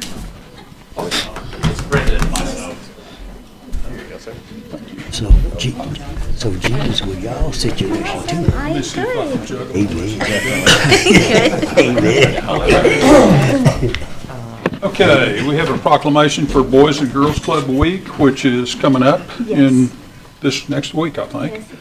Whereas the young people of Greenville, Texas are tomorrow's leaders, many young people need professional youth services to help achieve their full potential. There's one Boys and Girls Club in Greenville, Texas that serves over 500 young people every year. Boys and Girls Clubs instill young people with self-confidence to believe they can succeed at anything they put their mind to, can stand at the forefront of efforts in the areas of academic success, healthy lifestyles, good character, and citizenship. Boys and Girls Clubs in Greenville help ensure young people have a safe, supportive place to spend time and will provide them with quality youth development programs. The Boys and Girls Clubs of Northeast Texas will celebrate National Boys and Girls Club Week with approximately 5,000 other clubs and over 2 million children nationwide. So now, as a mayor of Greenville, on behalf of the City Council, we do hereby proclaim June 22nd through June the 26th, Boys and Girls Club Week in Greenville, Texas. And I want to further encourage all of our citizens to join me in recognizing and commending Boys and Girls Clubs in Texas for providing the young people of our communities with comprehensive and effective youth development services. And one of the things I get to do almost every year is address the Boys and Girls Club in Greenville, and it's one of my favorite things to do. We have 75 or so kids, and it's really heart-rending to be there, so I appreciate that opportunity every year, so thank you. Thank you. Yeah, would you like to say anything? I mean, really, just thank you so much for everything. I mean, we would not be able to do what we do without our community. And so right now at our club in our Greenville, we are serving around 100 kids. And so we're just 2 weeks in, and we are continuing to make a difference, not just in our kids, but in the families that we're serving here. So thank you so much. We appreciate y'all's support. Does John have a role here? I'm on the advisory council. Not the library model picture. I know he wants to say something, so. I'm just, we do have a blue door on June 26th. June 26th, we have Behind the Blue Door. Want to invite people to come to that, and there's some tickets to that. It's going to be a great thing. Boys and Girls Club, our staff's doing a fantastic job, so I appreciate everything they do for our kids. Thank you very much, and there's your proclamation. Thank you. Oh, okay.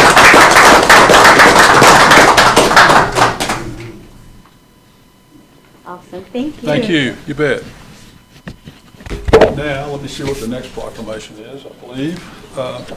It's a recognition of Juneteenth. So is someone here to accept that award? Kristen? Okay. Okay, good.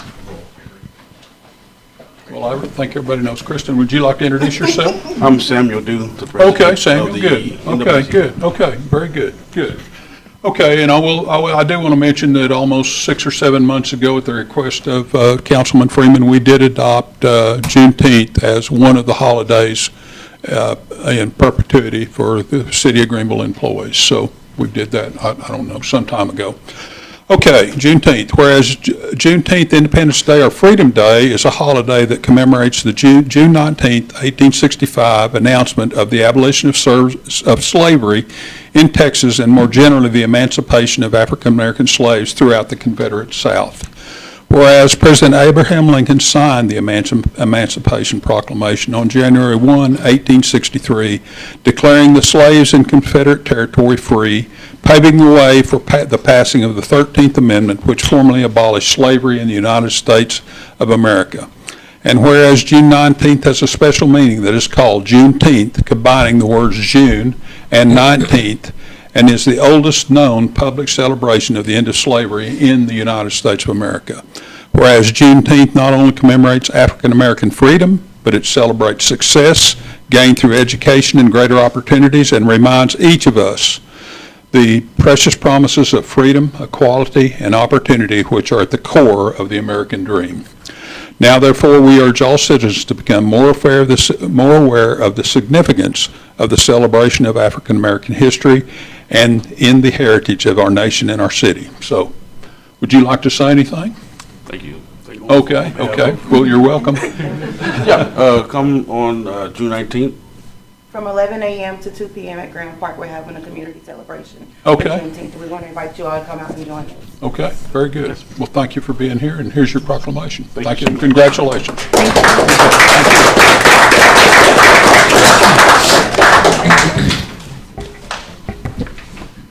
Okay, now,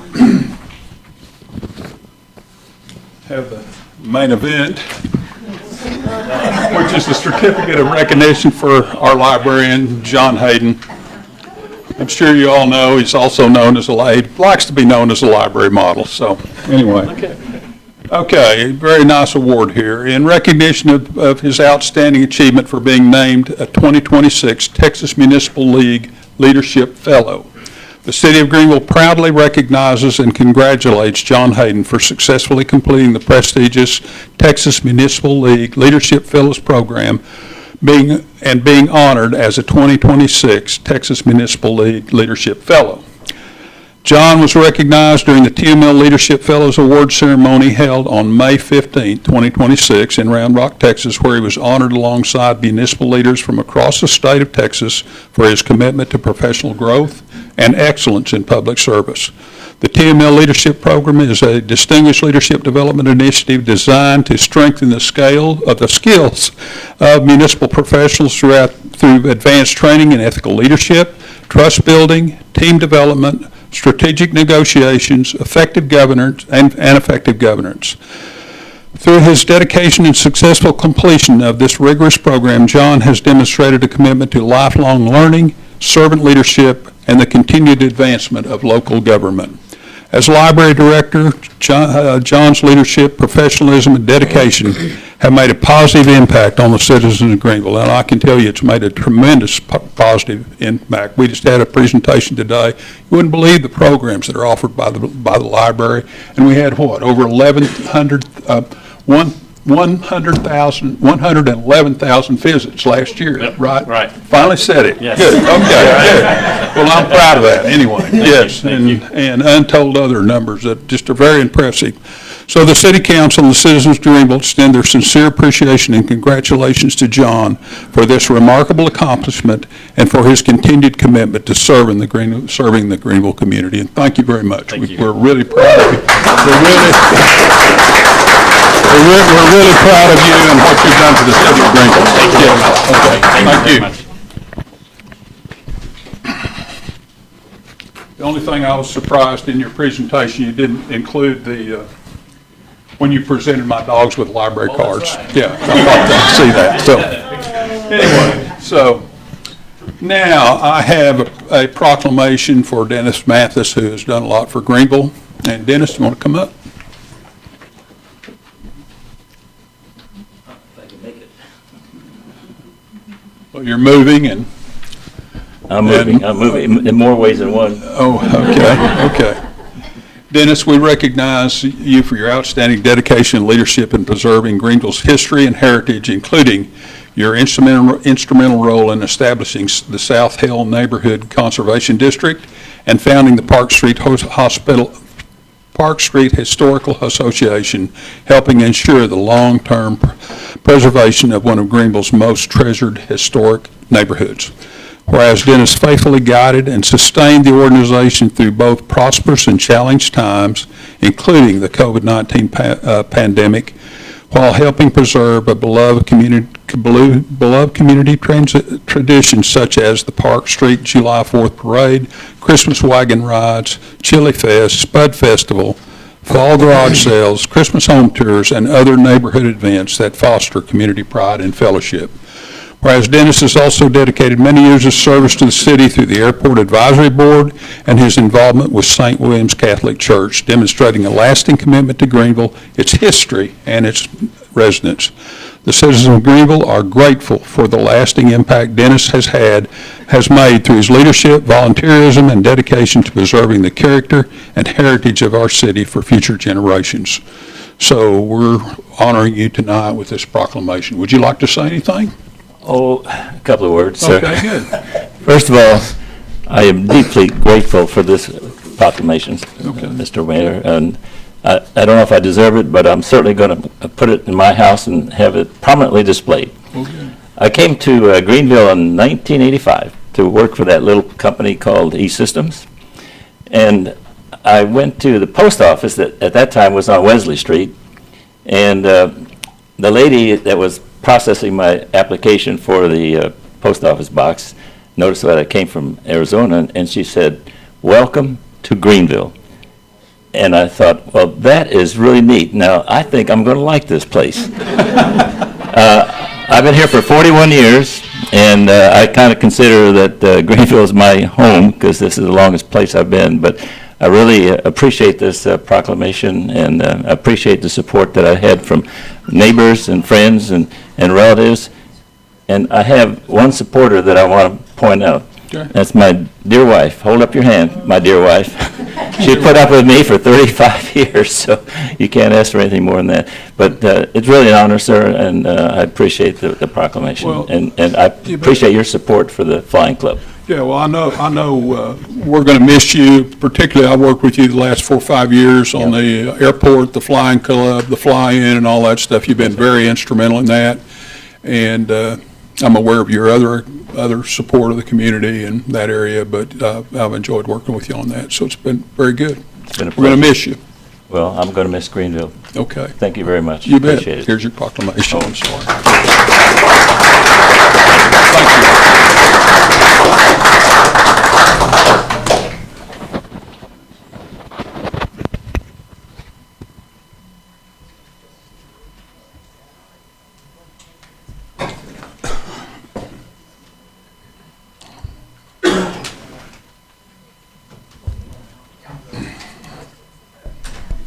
And now I'd like to call your attention to 2 placeholders in the agenda, citizens to be heard and public testimony.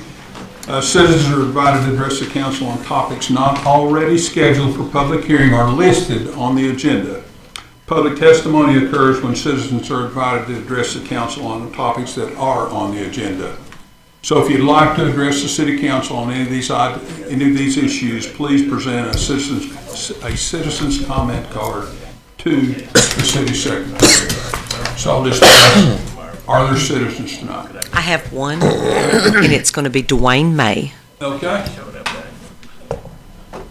Please state your name and address. Yes, Dwayne May, 5 Heritage. First of all, I'd like to commend the city for the curb appeal and how they're keeping Greenville looking nice when people come to town, the mowing of the right-of-ways, the monuments coming, welcome to Greenville.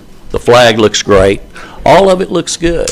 However, that being said, there's an ongoing issue that continues to concur or happen is I-30 and Moulton Street. And I've sent pictures in, and I've sent requests to the city manager in order to get that cleaned up. And that, I went out and looked at it before I come by. I go by it every day. when people, all of this that we're doing to make this town look good, when thousands of people drive down that interstate every day and they see that mess, they don't have a negative impact or a negative thought to the state. It's about the city of Greenville. That's the lasting impression those people are getting is when they see that. And it's not only litter that's strode up and down there. It's a health hazard. I took pictures and sent to the city manager the last time. Guy had 15, 20 rolls of toilet paper stacked up there. They're defecating and urinating down that embankment, that concrete embankment so much it's stained. We need to be proactive and keep that thing cleaned up and run them out, because it's the same residents of Greenville that are breaking into the tech stock facility, that are breaking in Schmarty's, breaking in the movie theater and the hotels out there. They're causing damage to those properties, and who gets the bill for that? The property owners. And if they don't get it cleaned up, they get fined. We need to be proactive and keep those people run out from under there and stay on top of it and keep it cleaned up. Thank you. Mr. May, maybe you're not aware, but that area underneath the overpass is TxDOT. And No, I understand that. That's not an issue. I totally understand that. And we keep the right of ways. Okay. If I remember right, the city keeps the state mows our right of ways twice a year. I don't think that's changed. And we fill in the gaps to keep our state right of ways mowed all the time. Always have, and I assume we're still doing it. That's nothing more, I mean, that's a resident of. I'm not making excuses for it. I'm Right. just telling you who is responsible for it. And in the past, they've said they were going to clean that up and build fences so it wasn't accessible, right? Fences aren't going to fix the problem. They've considered it, but I'm not holding my breath. for TxDOT. It's not going to fix the problem. They're still, just like they break in everything else, that's not going to stop it. But I'd really appreciate if we could keep that clean, because it does make the town look bad. Well, thank you Yes, for sir. your comments. Thank you. Okay, other citizens? Okay, if not, I'll move to item, I believe it is, 7A, which is consideration action of an ordinance on PRZ number 1, reimbursement request, completion of Applewich Drive, improvements and infrastructure improvements for Phase 1 of the amount $2 million to be paid upon satisfaction by developer of all requirements to receive payment contained in that TAR zone. So, Summer, you want to introduce this, please? Yes, certainly. So this is going to be reimbursement for TERS number 1, reimbursement request number 2. If you guys recall, they did complete Applewich. It's spelled wrong on there. It's an old slide, so I've got you. But they did complete that. They did a great job. The developer built that. We made an agreement back with them in 2024. And so the first payment that a $2.5 million payment was predicated on them turning over the land to Cinemark, which they did. TERS board approved that, and then it came before council, so we utilized TERS funding as well as impact fees for their first payment. Their second payment was contingent on the completion of the entertainment anchor, which in this case is Gamescape by Cinemark. So that should be complete. They should get a CO in the next couple of weeks. I can't tell you an exact date because there's some things that they have to do, but I am in constant communication with our community development team. Everything that the community development team is telling me is they're top notch and they're on top of things, getting that done. So they would like to go ahead and basically we would pay the payment number 2 would TERS board this morning. It went before TERS board obviously because they have to approve that reimbursement for the building of this road. So they approved $1 million payment this morning. The remainder of that payment will come from impact fee, so that's why it's coming before you guys as council. So roadway impact, roadway zone number 3 we'd utilize $692,639.50 for that. Which is the impact fees that Cinemark paid themselves when they were issued a building permit. So we're utilizing those dollars as well as water and wastewater impact fees to get to the $2 million. So once that CO is issued and in my hand, then you guys would be authorizing me as the city manager to go ahead and process this $2 million payment, which a deadline in the agreement that you'll read is for they had to complete the Cinemark by September 1st of 2026. So they'll well meet that deadline as well. And if you'll recall, on roadway number 3, those impact fees that we collect in those zones, number 3, we have to spend it in those zones. We can't spend it in other areas of the city. So I just want to make you aware of that. On the water and wastewater side, we can use those anywhere within our system, within our city. There's no zone. So just to remind you of that. So. Okay. Any questions for Summer regarding this ordinance? If not, I'll just ask, is there any public testimony tonight? So with there being no public testimony on either side of this or any of the further issues, I'll ask what is the pleasure of council regarding this item 7A? Move to approve. Second. Please vote.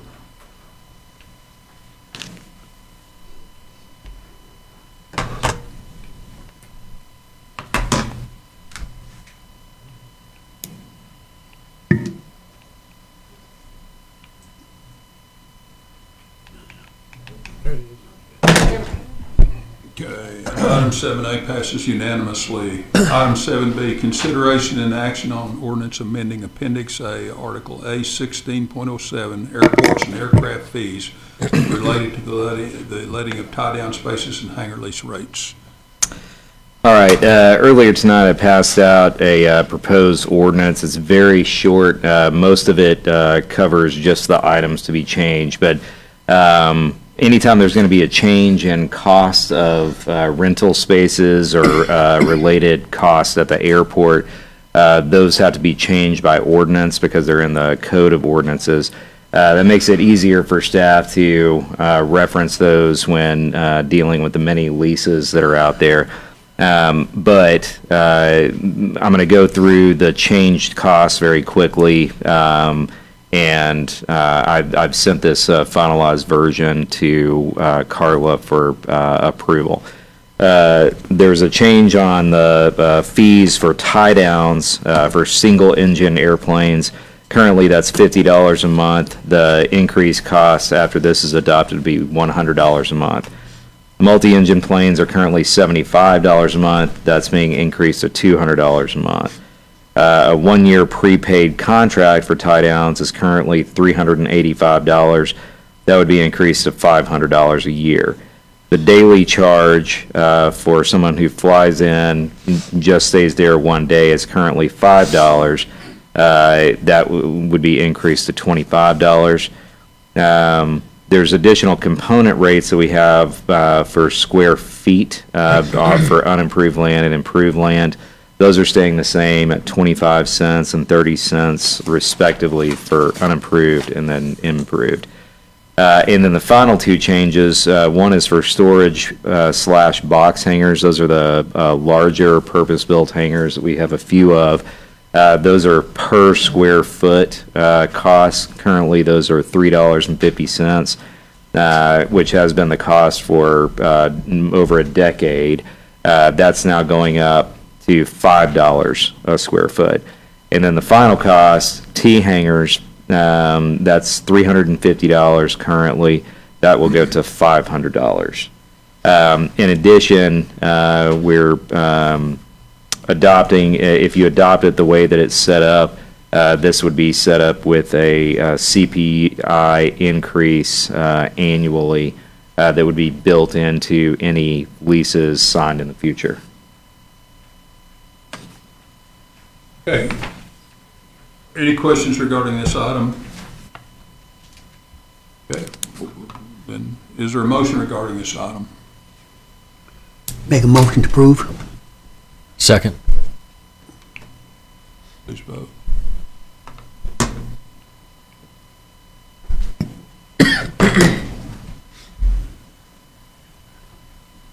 And it passes unanimously. Item 8A, consideration and action on a resolution authorizing an encroachment license agreement between GRBK Edgewood LLC and the City of Greenville and the Greenville Electric Utility System and Texas Municipal Power Agency. Mark? Hey, well, y'all may remember this. You've seen this before.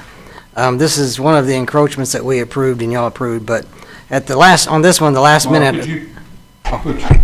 at the last minute, TMPA added a gas line and electric line to the encroachment that was going to be added into the easement. And so, in a hurry to get it to the city, there was one place it was missed. It wasn't in the important encroachment license agreement itself. It was in other documents. So TMPA's approved it. Greenville Juice has approved it, and that's the only change, is to fix the error that we created. Any questions? So this is just more or less an addendum or correction to what we had approved before? Well, it's a brand new. We just did everything brand new, new resolution, and to make everything complete and accurate. Any questions for Mark? Any other questions for Mark, I should say? Okay, if there are none, what is the pleasure of the council regarding this item 8A? Make a motion to approve. Second. Please vote.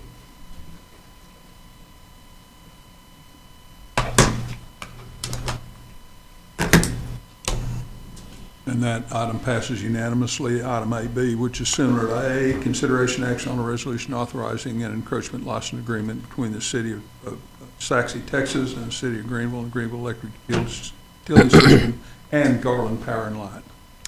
Yeah, this similar. This was also, y'all seen this before.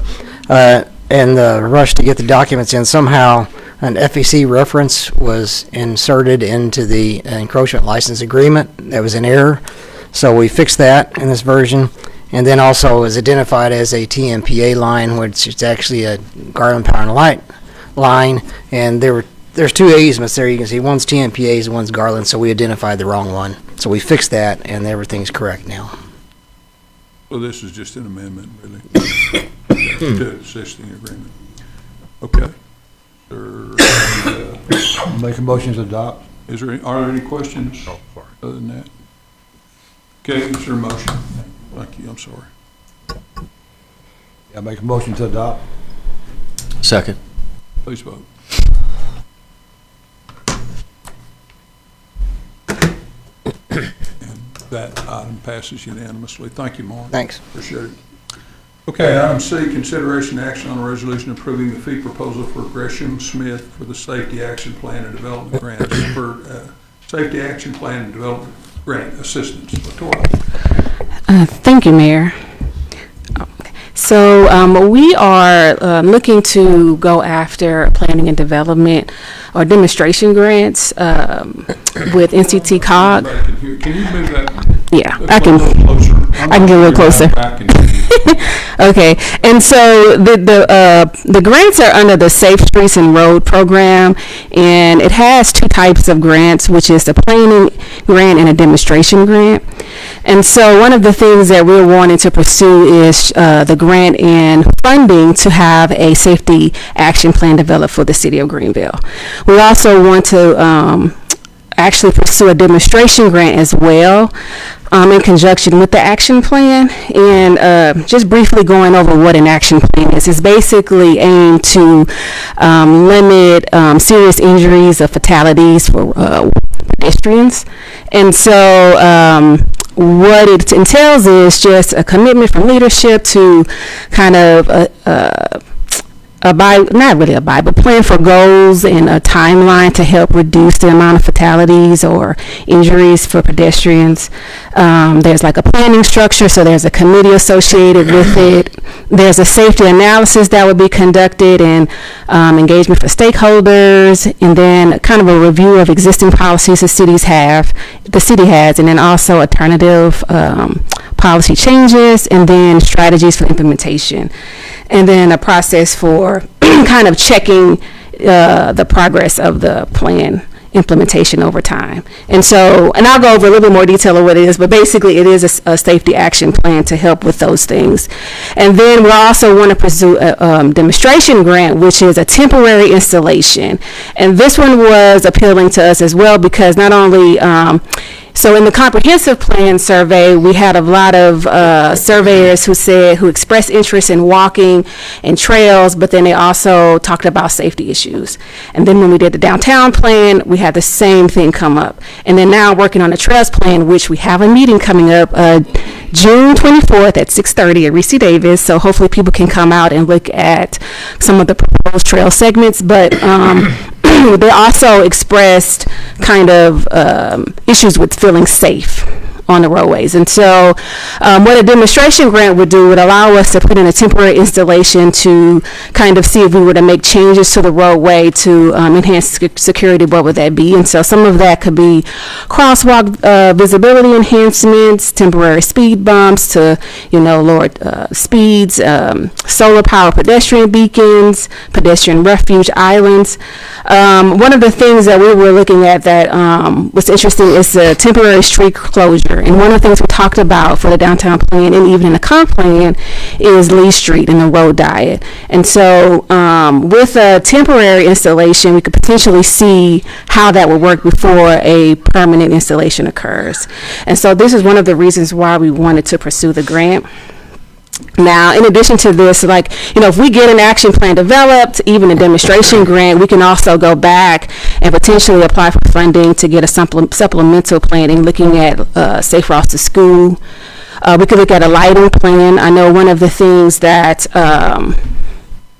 one of the issues as far as pedestrian crashes in the county is issues with lighting. Well, that's one of the things we talked about for downtown and other places around the city. But there are safe roadway audits and different things that we could pursue in the future if we decide to increase safety. So this was a plan I looked at a few years ago when looking at bicycle and pedestrian safety. We pulled this up when we were initially going after the grant to fund the trails plan. And what it shows is when you look at the county, the concentration of fatalities and non-fatal crashes are within the city of Greenville. We're the largest city within the county. And looking at, the transportation districts, we're in Paris District, and when you look at Hunt County, we have the highest number of fatalities within the district. And so this is only going from 2020 to 23. I pulled this up just to show some of the fatal and suspected serious injuries. And as you can see, the corridors that typically have it as far as 34 and I-30 and 380 and whatnot, 69. I know they don't have the roadway shown. This is a map that I pulled from TxDOT, but this kind of shows some of the issues you see within the county.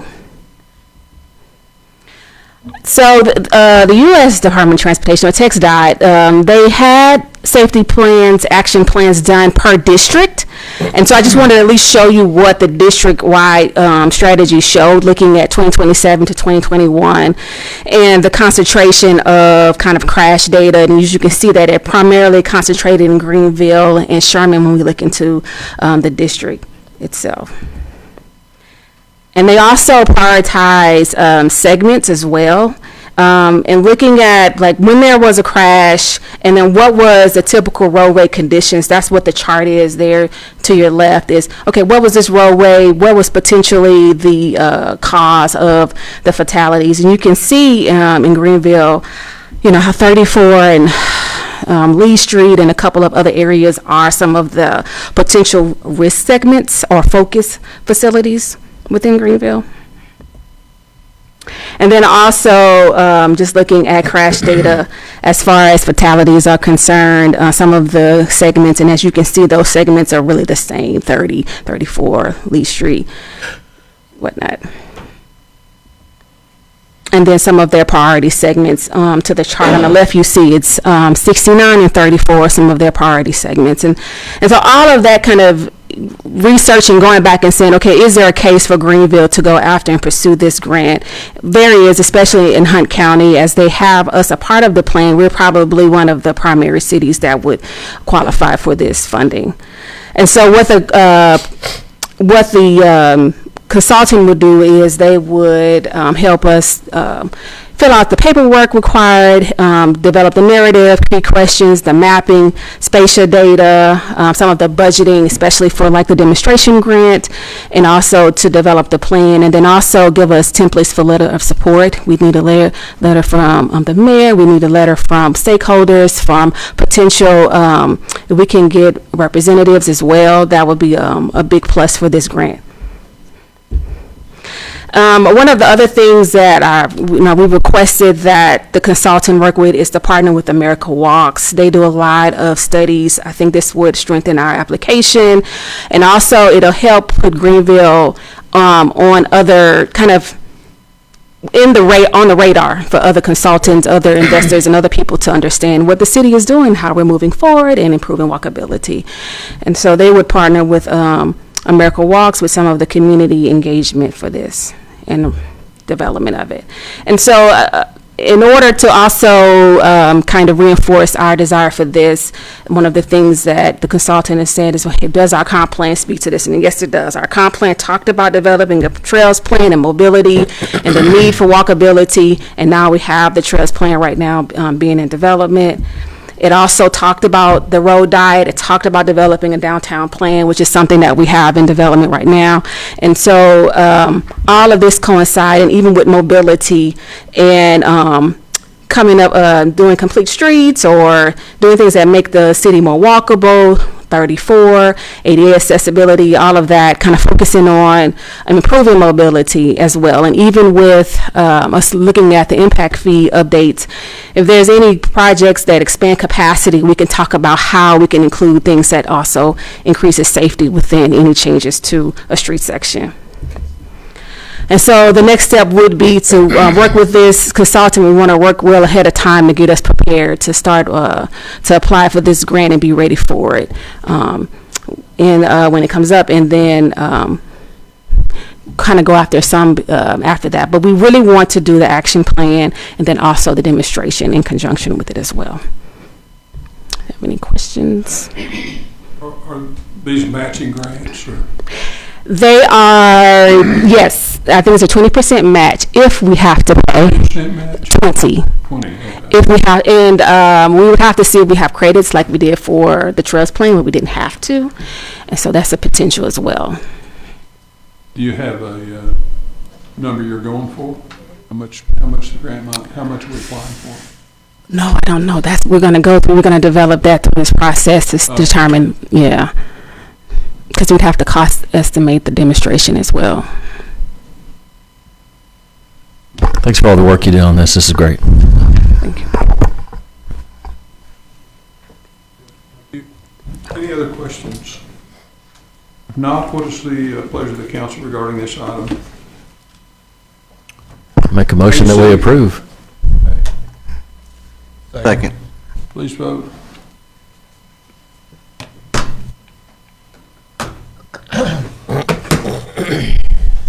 Okay, it passes unanimously. Item 8D, consideration action on a resolution authorizing replacement of an AWOS 3 PT system and transmission maintenance service contract. Thank you, Mayor, Council. Weather system, right? Yes, we've had a automated weather observation system out there for years. I've been here for almost 11 years now, and it's been there a couple of decades. So it's time for an upgrade. I asked for the council consideration and action for replacement on this AWOS system. The upgrade's going to improve system reliability, reduce maintenance disruptions, and ensure compliance with the FAA observation and reporting requirements, also as well as airfield safety. Over the past several years, the aging system has experienced increasing reliability challenges, frequent maintenance needs, and extended periods of downtime that have negatively affected flight operations and user safety, FAA weather reporting compliance as well. It is critical for airport operations, especially the instrument flight rules, procedures, and pilot decision-making to have an operating system. The existing system has reached the end of its effective life. The components are becoming obsolete and more difficult to support. I propose this project to replace and purchase the installation of a new AWAS system, removal and decommission the existing supported equipment, full FAA oversight and commissioning of the new system, establishment of a new maintenance and service contract, providing on-site remote support, annual inspections, and system monitoring. This installation will provide a modern, stable, and accurate weather reporting solution essential for all weather airport operations. The coordination with the FAA for commissioning this system, the integration into National Weather Reporting Network will be overseen by the new company that we're seeking out, as well as the airport maintenance team that we have out there. The annual cost for the support and maintenance service agreement is a $5,500, which is already budgeted for ongoing maintenance every year. On-site installation of the new airport weather observation system. It will replace the existing AWAS, reuse existing tower support structures, some conduits and electrical services. It will include the removal of existing system, the system installation and commissioning of the new system. It'll total $139,372. The staff recommends that we upgrade to increase for increased reliability, reduce maintenance issues, regulatory compliance, operational efficiency, as well as the cost-effective long-term solution. Although the system replacement requires an initial investment up front, the long-term maintenance costs and downtime are expected to decrease.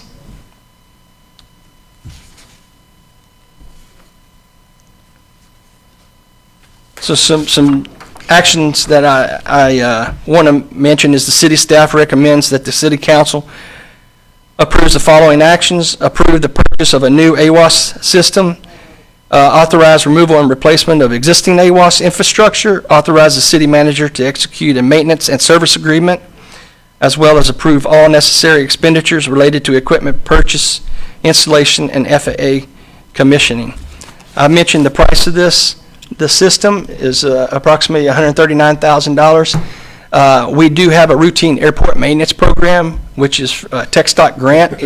It's called RAMP, and we can be reimbursed for this. Will be about $70,000, I believe, is what the reimbursement will be on that. So for your consideration as well.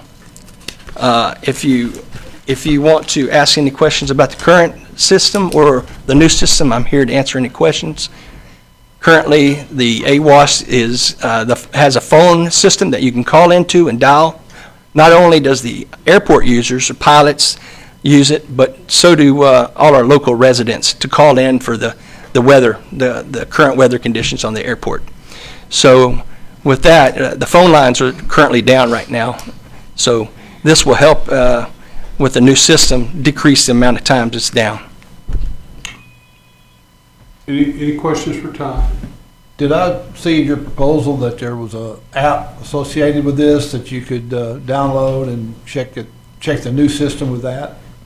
There's you can go online to see all your weathers, meteorological weathers. It goes to the NOAA right. system. All those weather apps are on there. We won't have a specific app.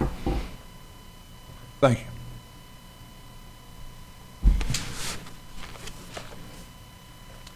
Okay, thank you, Ty. Thank you. Is there a motion regarding this item? Second. Please vote.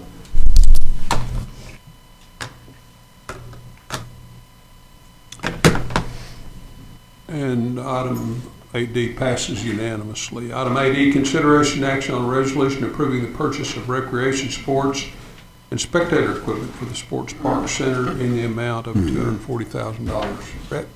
Yes, Mayor, Council, thank you. So this will be budgeted FF&E that's already in the existing budget for the Sports Park Center. It'll include bleachers, floor covering for events, and then all the equipment and balls and stuff we need there in the space. So this is all for Sports Park Center. So 30 sets of bleachers. Any questions? All right. Thank you, Brett. Thank you. for your Presentation today, and thank you for the great work you're doing on our rec center. Is there a motion? Make a motion to approve. Thanks. Second. Second, please vote.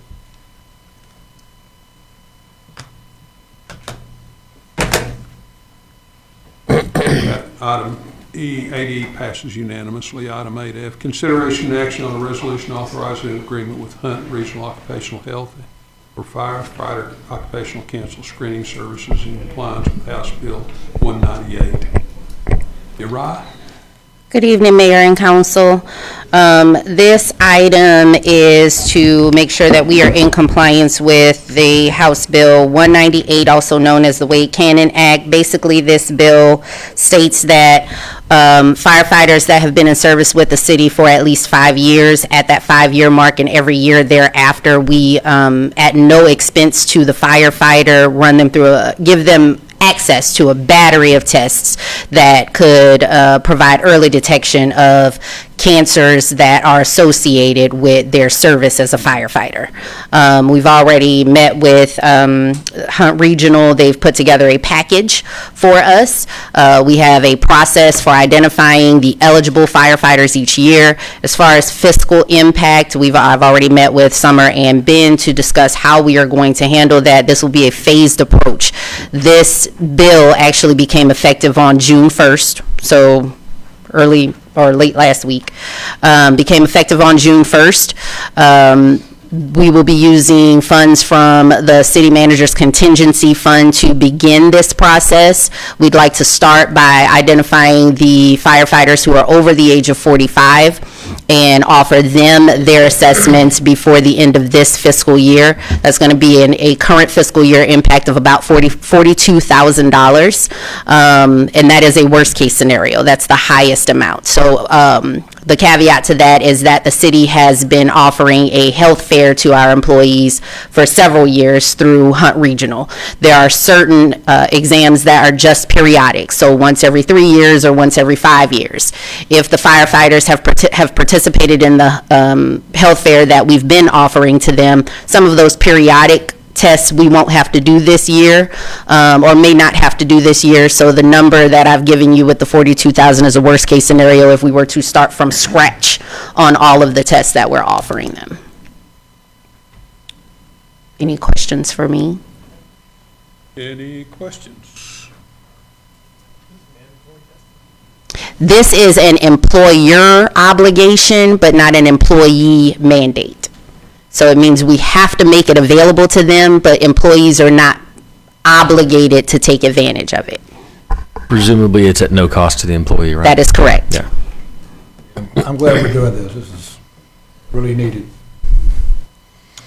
Okay, any other questions or comments? If not, is there a motion regarding this item 8F? I make the motion to approve. Second. Please vote.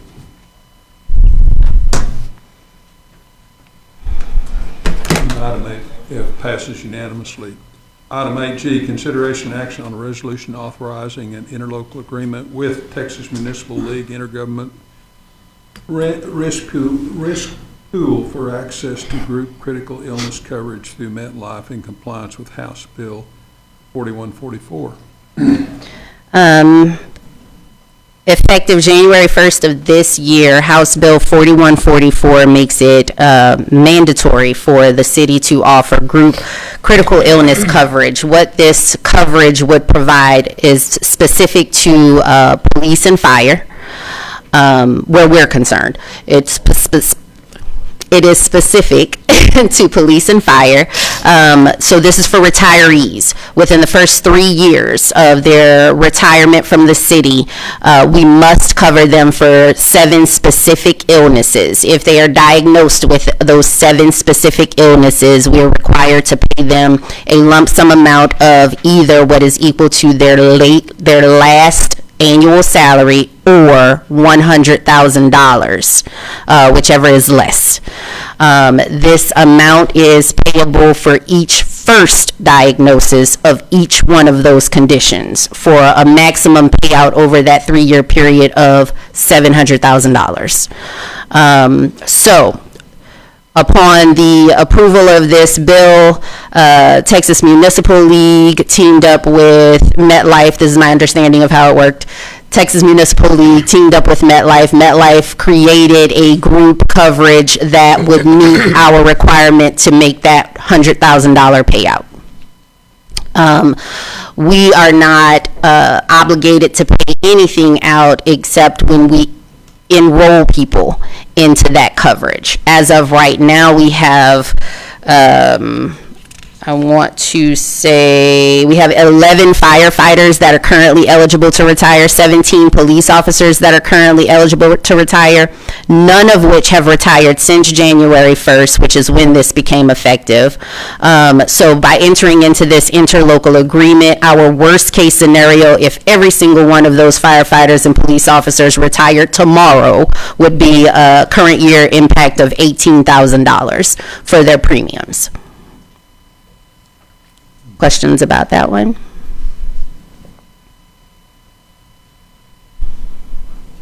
Okay, there are no questions. Is there a motion regarding this item? Make a motion to approve. Second.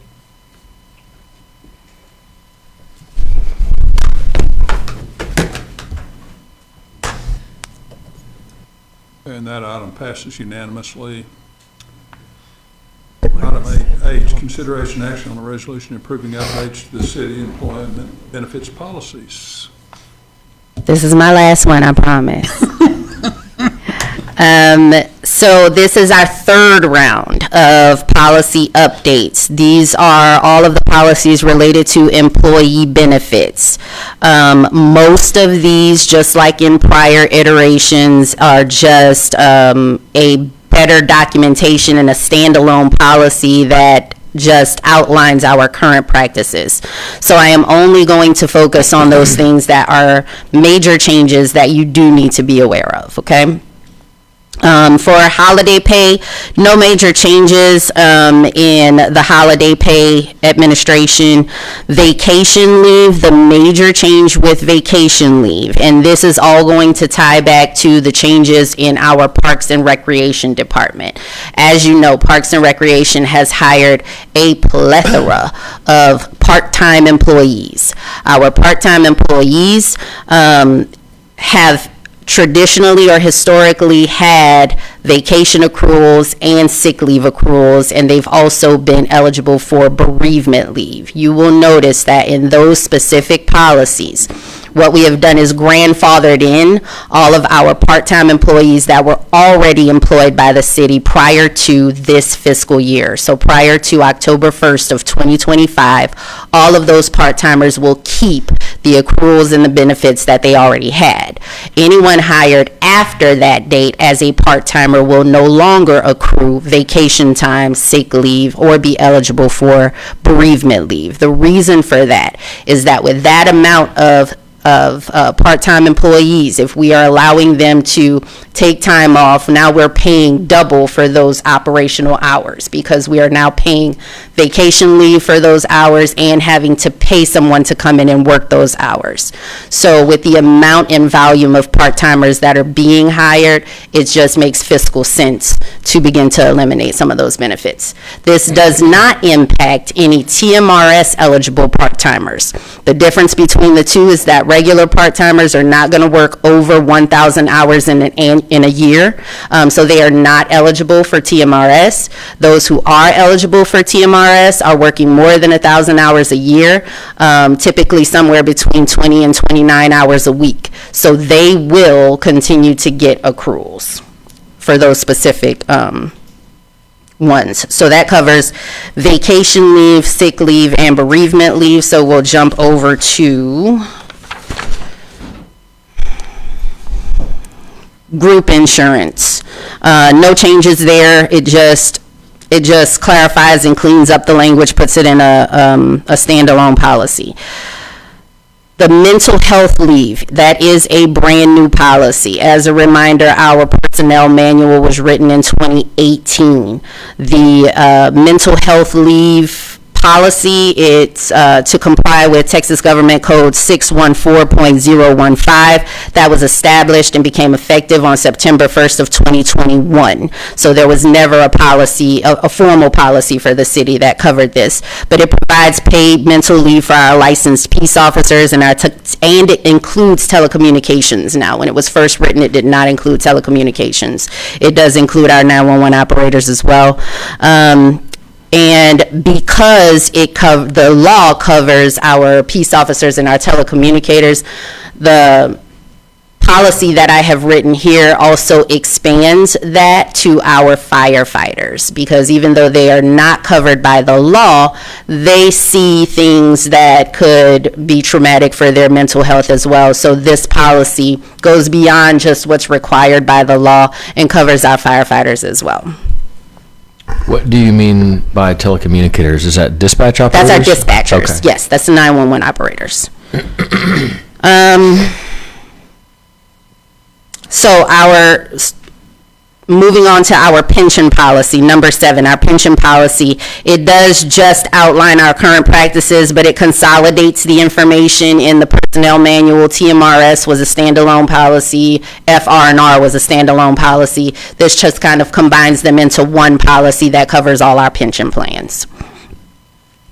Employee charity fund, no changes. Jury duty and court subpoena.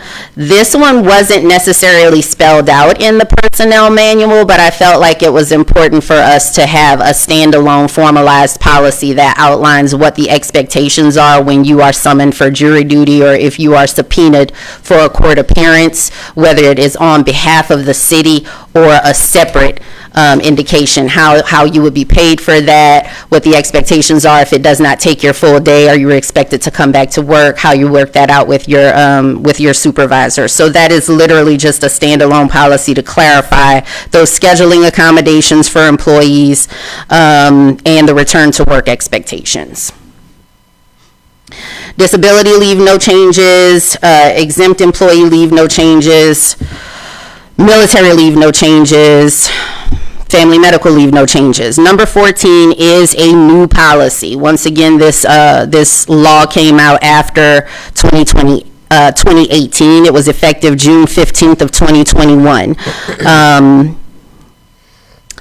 So this creates the standalone policy that establishes the paid quarantine leave for eligible public safety officers.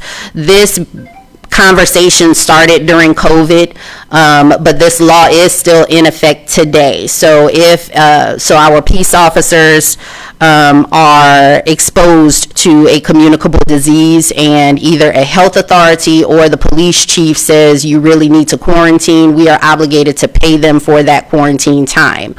And they are not to use their accrued time off, anything like that. So that's what this policy establishes.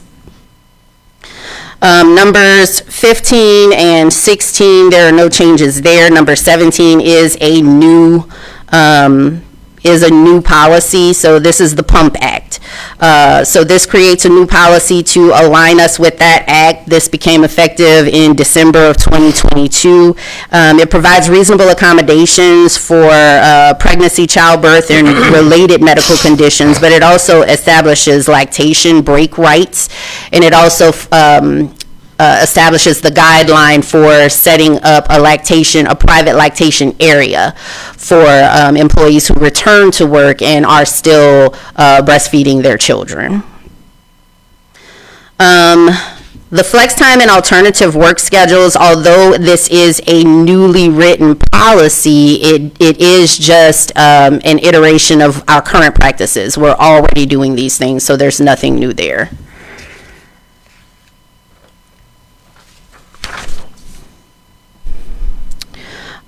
Number 19, no changes there. It just kind of compiles all of the other types of leaves that are outlined in our 2018 personnel manual. Numbers 20, 21, and 22 are all brand new policies. So 20 aligns with House Bill 4144, which you all just approved the line item for that. and that is the 3 years of group critical illness coverage for our peace officers and firefighters after retirement. Number 21 is actually our Employee Recreation Center membership. So it's a policy that establishes the way that free employee memberships will be handled. To put it as plainly as possible, the city will supplement those memberships. And the city will only be responsible for paying for memberships when an employee uses the membership. If they do not use the membership for the month, then the city is not paying for that membership for the month. The last one is the firefighter occupational cancer screening program. That's House Bill 198 that you just heard earlier, the Wade Cannon Act, and this is the policy that outlines how that one would work. I know that's a lot of information, and I am glad you didn't go to sleep on me. So, do you have any questions for me? I actually read it over the weekend and was really impressed by it.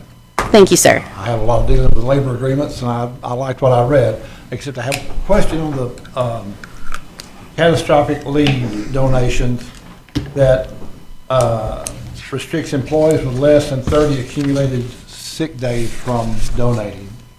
Yes, that is for the protection of the employee that is donating, because you can't predict when you're going to get sick.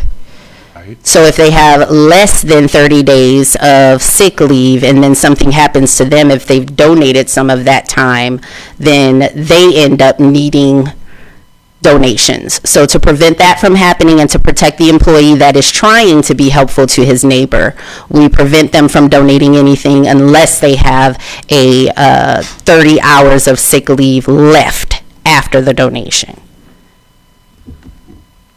Well, young people don't use sick leave. Young people can get in a car accident, though. They can develop cancer. A lot of things. Yeah. Generally, they don't. So it's easier for them to donate than it would be somebody that's 50 years old. I agree with you. I just know that life is very unpredictable. It is. It is. It just seemed a little restrictive. How long does it take to accrue 30 days? You get I'm sorry. 30 hours. Is that what we're so talking you about? get 8 hours per month. Oh, okay. Okay. So it's only a few months to accrue that much. Right. Thank you. Too bad they didn't have that back in 1985. When I was a lineman. and the city did, the juice was under the city at that time. And when you go on calls, I mean, I had to go on a call and 5 kids got killed in a fire. I mean, that was traumatic for me, to go up there and see 5 kids get killed. I mean, when you're on call and you had to go pull electricity off, and you go out there and you find 5 kids got burned up. So they didn't have that back in that day for the electric department. So I'm glad they having it. This is improved for the fire and the police department, because they do see some awesome things, and it can be awfully stressed. Any other questions, comments? I just had a comment. I recognize most of this is to bring us up to regulatory compliance. I wish there was a way that we could know how much it costs the city. I wish there was at least a way that we could know an average per person per day cost to the city regarding each one of them. I don't know if there's a way to develop that into the future so that we can at least understand what it is actually the city is looking right in a catastrophic event or where a lot of these are employed. It'd be nice to be aware, because I know we have a contingency funds that we just we come up with money, but what does it really look like for us? I don't know the answer to that question. I think I can dig into it. Yeah, I can dig into how we might be able to. I think it might be historical data. We could probably do some comparison historical data from other cities that may have already done this, but it would all be an estimate until we actually experience it. Right. Maybe there's some formula, AI-driven formula that can. I'll get with Brett. He likes ChatGPT. Yeah, right. Exactly. It'd be nice to know. Thank you. Thank Any you. other questions? Okay. What is the pleasure of the council regarding this item 8H? And then I have a question following the vote. Move we adopt. Second. Second. Okay.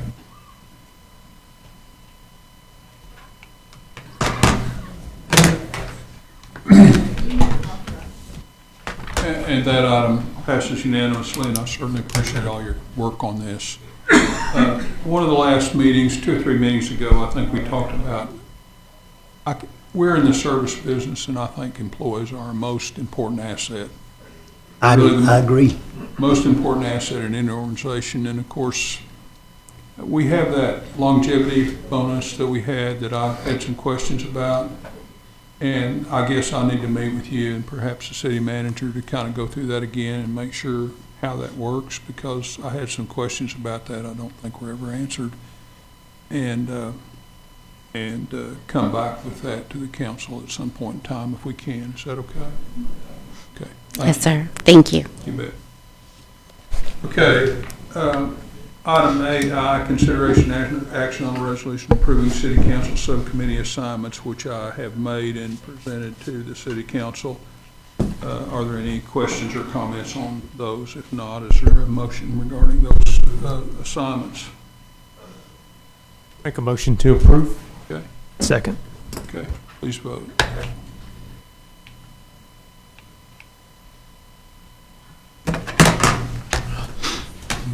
Thank you for that.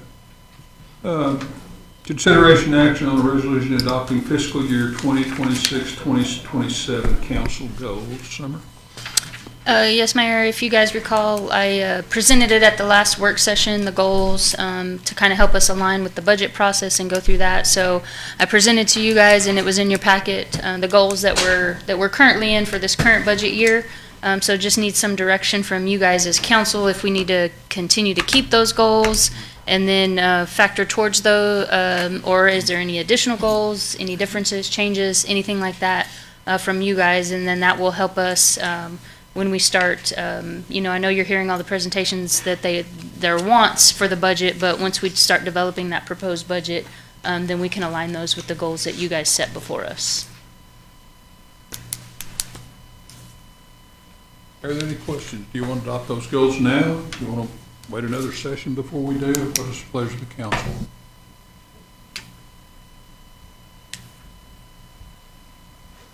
Well, let me ask this then. Is there a motion regarding this item?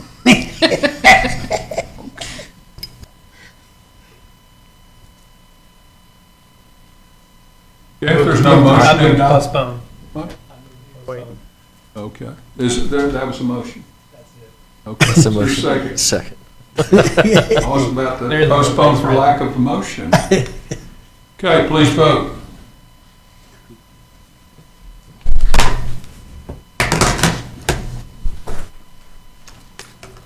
And the goals are adopted unanimously. Nope, we voted to postpone. Postponed.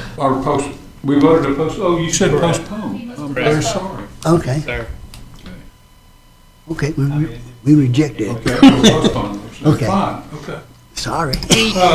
Can I ask a question? Do y'all need any additional information to help you make that decision on the goals? Because I would like to at least have this at the next meeting, because when we get into July, that's when we really start diving down and getting into the decision for the budget purposes. So I just want to make sure I'm aligning that budget with what you guys would like to have. So is there anything additional you guys need? Where can I see a copy of it? I think this was all done before I got elected.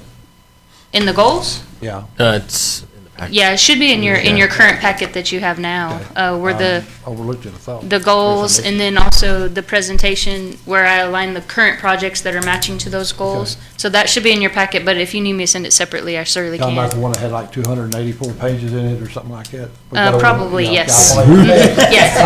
Yeah, we can send it separately. I'll just send each one out. Yeah, we can send it again if we need to. But yeah, anything that you guys need to help with that process, just let myself or staff know, then we can help you make Okay. that decision, and we can at least get that in place by June. I would appreciate if we could do that, so once July hits, we can go full steam ahead. We'll be postponing item K tonight. Item L, consideration and action on a resolution authorizing a contract with Bartlett West for design work related to the high service pumps. Summer. I'm going to turn this one over to our water treatment plant superintendent, Mr. Burney. Good evening, Mayor, City Council. I'm here to talk to y'all and see if the city can go into a professional service agreement with Bartlett West so they can help design our as-built for our high service pumps. As y'all all know, the city has grown tremendously in the last couple of years with the wholesale customers along with our industrial customers. With that growth, we had to have Bartlett West come in and they re-rated our water plant to 14 million gallons. With that, we had to do a whole lot of work to get there with new pumps, new VFDs, new chemical pumps. I mean, just total rehab. But anyway, by doing this, once you do this, once you start changing certain things out, you have to get a hold of or send them into a plan and review board for TCEQ. This is what this is. This is going to an agreement with Bartlett West so they can, it has to be an engineering firm, obviously, so they can go in and get this done for us so we can stay in compliance with the state and keep pumping water. We have the money for this. It's already allocated. It's $79,420, and it's in the account that's PW 2400. Have you got any questions? If there are no questions, what is the pleasure of the council? Thank you very much. Thank y'all. Yes, thank you. What is the pleasure of the council regarding item 8L? Move that we approve. Second.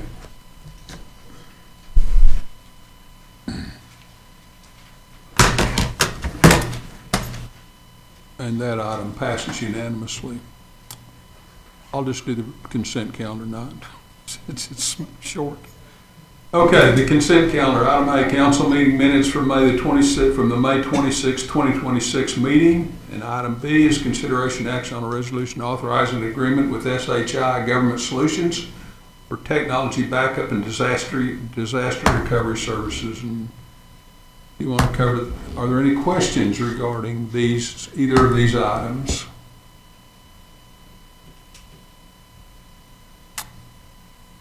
If there are no questions, what is their motion regarding the consent calendar? Make a motion to approve. Second. Please vote.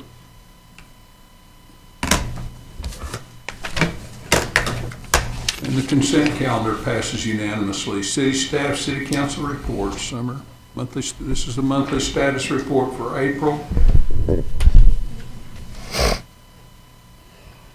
All right, thank you, Mayor. So this will be for the month of April. I should have done this at the last meeting in May, but I'll have this one, and then I'll also do for May, the next meeting. So you'll see 2 in a row. Utility cuts for the month of April were 15, down from 21. In-house pothole repairs were close to the same at 102 for the month of April. Street sweeping miles was up from 258 to 354. Just remind you, downtown is swept on a weekly basis. The mowed areas were mowed at 80% for the month of half of March and half of April. They cleared 14 intersections for line of sight. Obviously, this time of year, there's a lot. It's growing a lot faster. Signs replaced were down from 74 to 60. Building permits issued were up 1 from 14 to 15 for the month of April. COs issued were down from 19 to 14. Traffic citations issued were 313, which was down from 442 from March. And then on the utility side, I know there's a lot of information on this, but key points, raw water line is going well. They're still working on the outlets and the inlets out at the levee or out at the reservoirs. So those are doing that. Once they do finish that work, Inmate Civil will go back and address anything as far as seeding, fencing, things like that along the raw water line. The East Loop project is 100% complete. You guys approved the retainage at the last meeting for that. The AMI meter project has less than 3,000 meters left to change out. That includes all the 2-inch meter, which are the larger ones. Ridgecrest line is going out to bid along with the Two other projects, Highway 66, Ridgecrest, we purchased the pipe for those projects, so those projects will go out to bid once the design is complete on, especially on the Caddo line. Thank goodness FEMA is moving forward on the South Water Treatment Plant. We've been waiting for months for them to give us the go-ahead to do that. So that was great news that we received a couple of weeks ago. After FEMA approval, it goes to the Army Corps of Engineers, then to Texas Water Development Board, and then we can finally bid the project, which has been designed since December. So, but we got through FEMA, which is good because all the government shutdowns delayed that even further and further and further. So that's great news for us. Industrial Park project has broken ground. If you haven't driven by there, you'll see a mound of dirt. A lot of that dirt that we'll be moving for that elevated storage and the ground storage, we're going to move that out to the airport and utilize that for the airport project once we can get that one going forward, because there's a lot of leveling that we've got to do out there. So that's going well. And then the O'Neill Street Bridge, just so you know, that sewer line is being relocated currently by MH Civil. We awarded them that one, so that's going well. Once we can realign that, then we'll get with the engineer and see the total cost. We'll want to talk with the transportation subcommittee on how we want to handle, because it's not going to be a cheap project to kind of fix what's kind of been deferred maintenance, and so it's gone into disrepair at this point. And so we'll talk to the we'll have that ready to talk to the transportation subcommittee when we get all that together. So I'm hoping to be able to meet with the transportation subcommittee in the next couple of weeks, so we can get a plan together for the mill and overlay, because it's that time of year. Is that the bridge on the west end of O'Neill? It is the bridge that's, yes, I would call it the west end. Okay. Yes. Back Yep. there near the power station or the substation? Yes. Okay. Yep, that's correct. Yeah. Yeah, right there, it's right close to the railroad tracks where where the creek, so the railroad tracks and then the creek comes through. One side of it is great. It's, Robert drove me out there. One side is awesome. The other side looks terrible. We've got huge things blocking it. I mean, there's like a little bit of water that can get through. It's just, I don't know how it ended up that way. Just, I think, deferred maintenance over the years and some sinkholes that are possible if we don't get it fixed pretty quickly. So if you drive out there, you kind of have to get out to see it, but it's, it needs attention at least. So I'll bring that to the subcommittee before I bring it to council, just so you guys can talk through that. So I'll be happy to answer any other questions. All right, thank you. Okay, thank you very much. Item 11, city council discussion of proposed agenda items. Are there any items city council would like to discuss in the future? I think we need to discuss or come up with a solution for Wesley Street, because it's getting awfully crowded. And traffic's backed up from here to yonder. I don't know how we're gonna come up with a solution to relieve that traffic on Wesley Street. Do another over deal, but it's getting worse, guys. I don't know who we can come up with, but we need to do something. We can postpone it, but it's gonna get worse by we postponing it. We need to think about coming up with a solution to relieve the traffic on Wesley Street. One of the things it creates is that TxDOT needs to synchronize the traffic signals. Well, that's true too. That creates a lot of the jam. Yeah, because it's backed up. I mean, we need some other alternatives to cross over besides Wesley Street. And I don't know. I don't have a solution. But with all of us coming together, maybe we could come up with something. We need to do something. That's all I know. I mean, we can think about it, or maybe think about it, or somebody come with a suggestion. We need to do something. That's all I know. We'll certainly consider that. Any other questions or any other items for discussion? Any other proposed agenda items for discussion? Future discussion. I'm not sure what the process is, but when I was out block walking, campaigning, I realized that the intersection of Williamsburg and Skyline is not a four-way stop. And I always thought it was. I grew up in that neighborhood. And Williamsburg has turned into a speedway. People who live near that intersection can't get out of their driveway. So I told him I would ask, to see what we could do to make that a four-way stop. Skyline is the only one that stops now.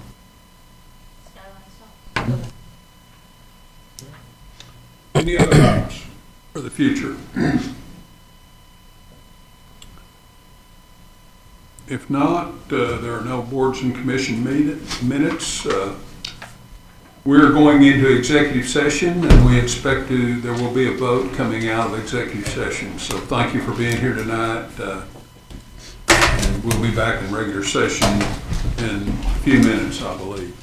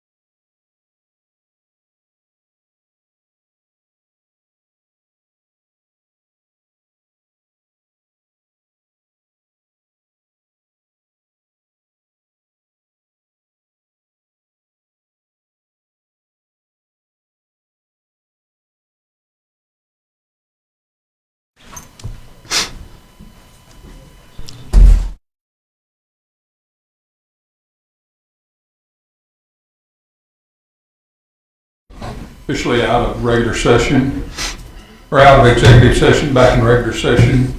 And is there a motion? Yes, Mayor. I move to approve a resolution granting the city's consent to the inclusion of the city's ETJ within the proposed Hunt County Emergency Services District Number 1. Second. Okay. Sir, please vote.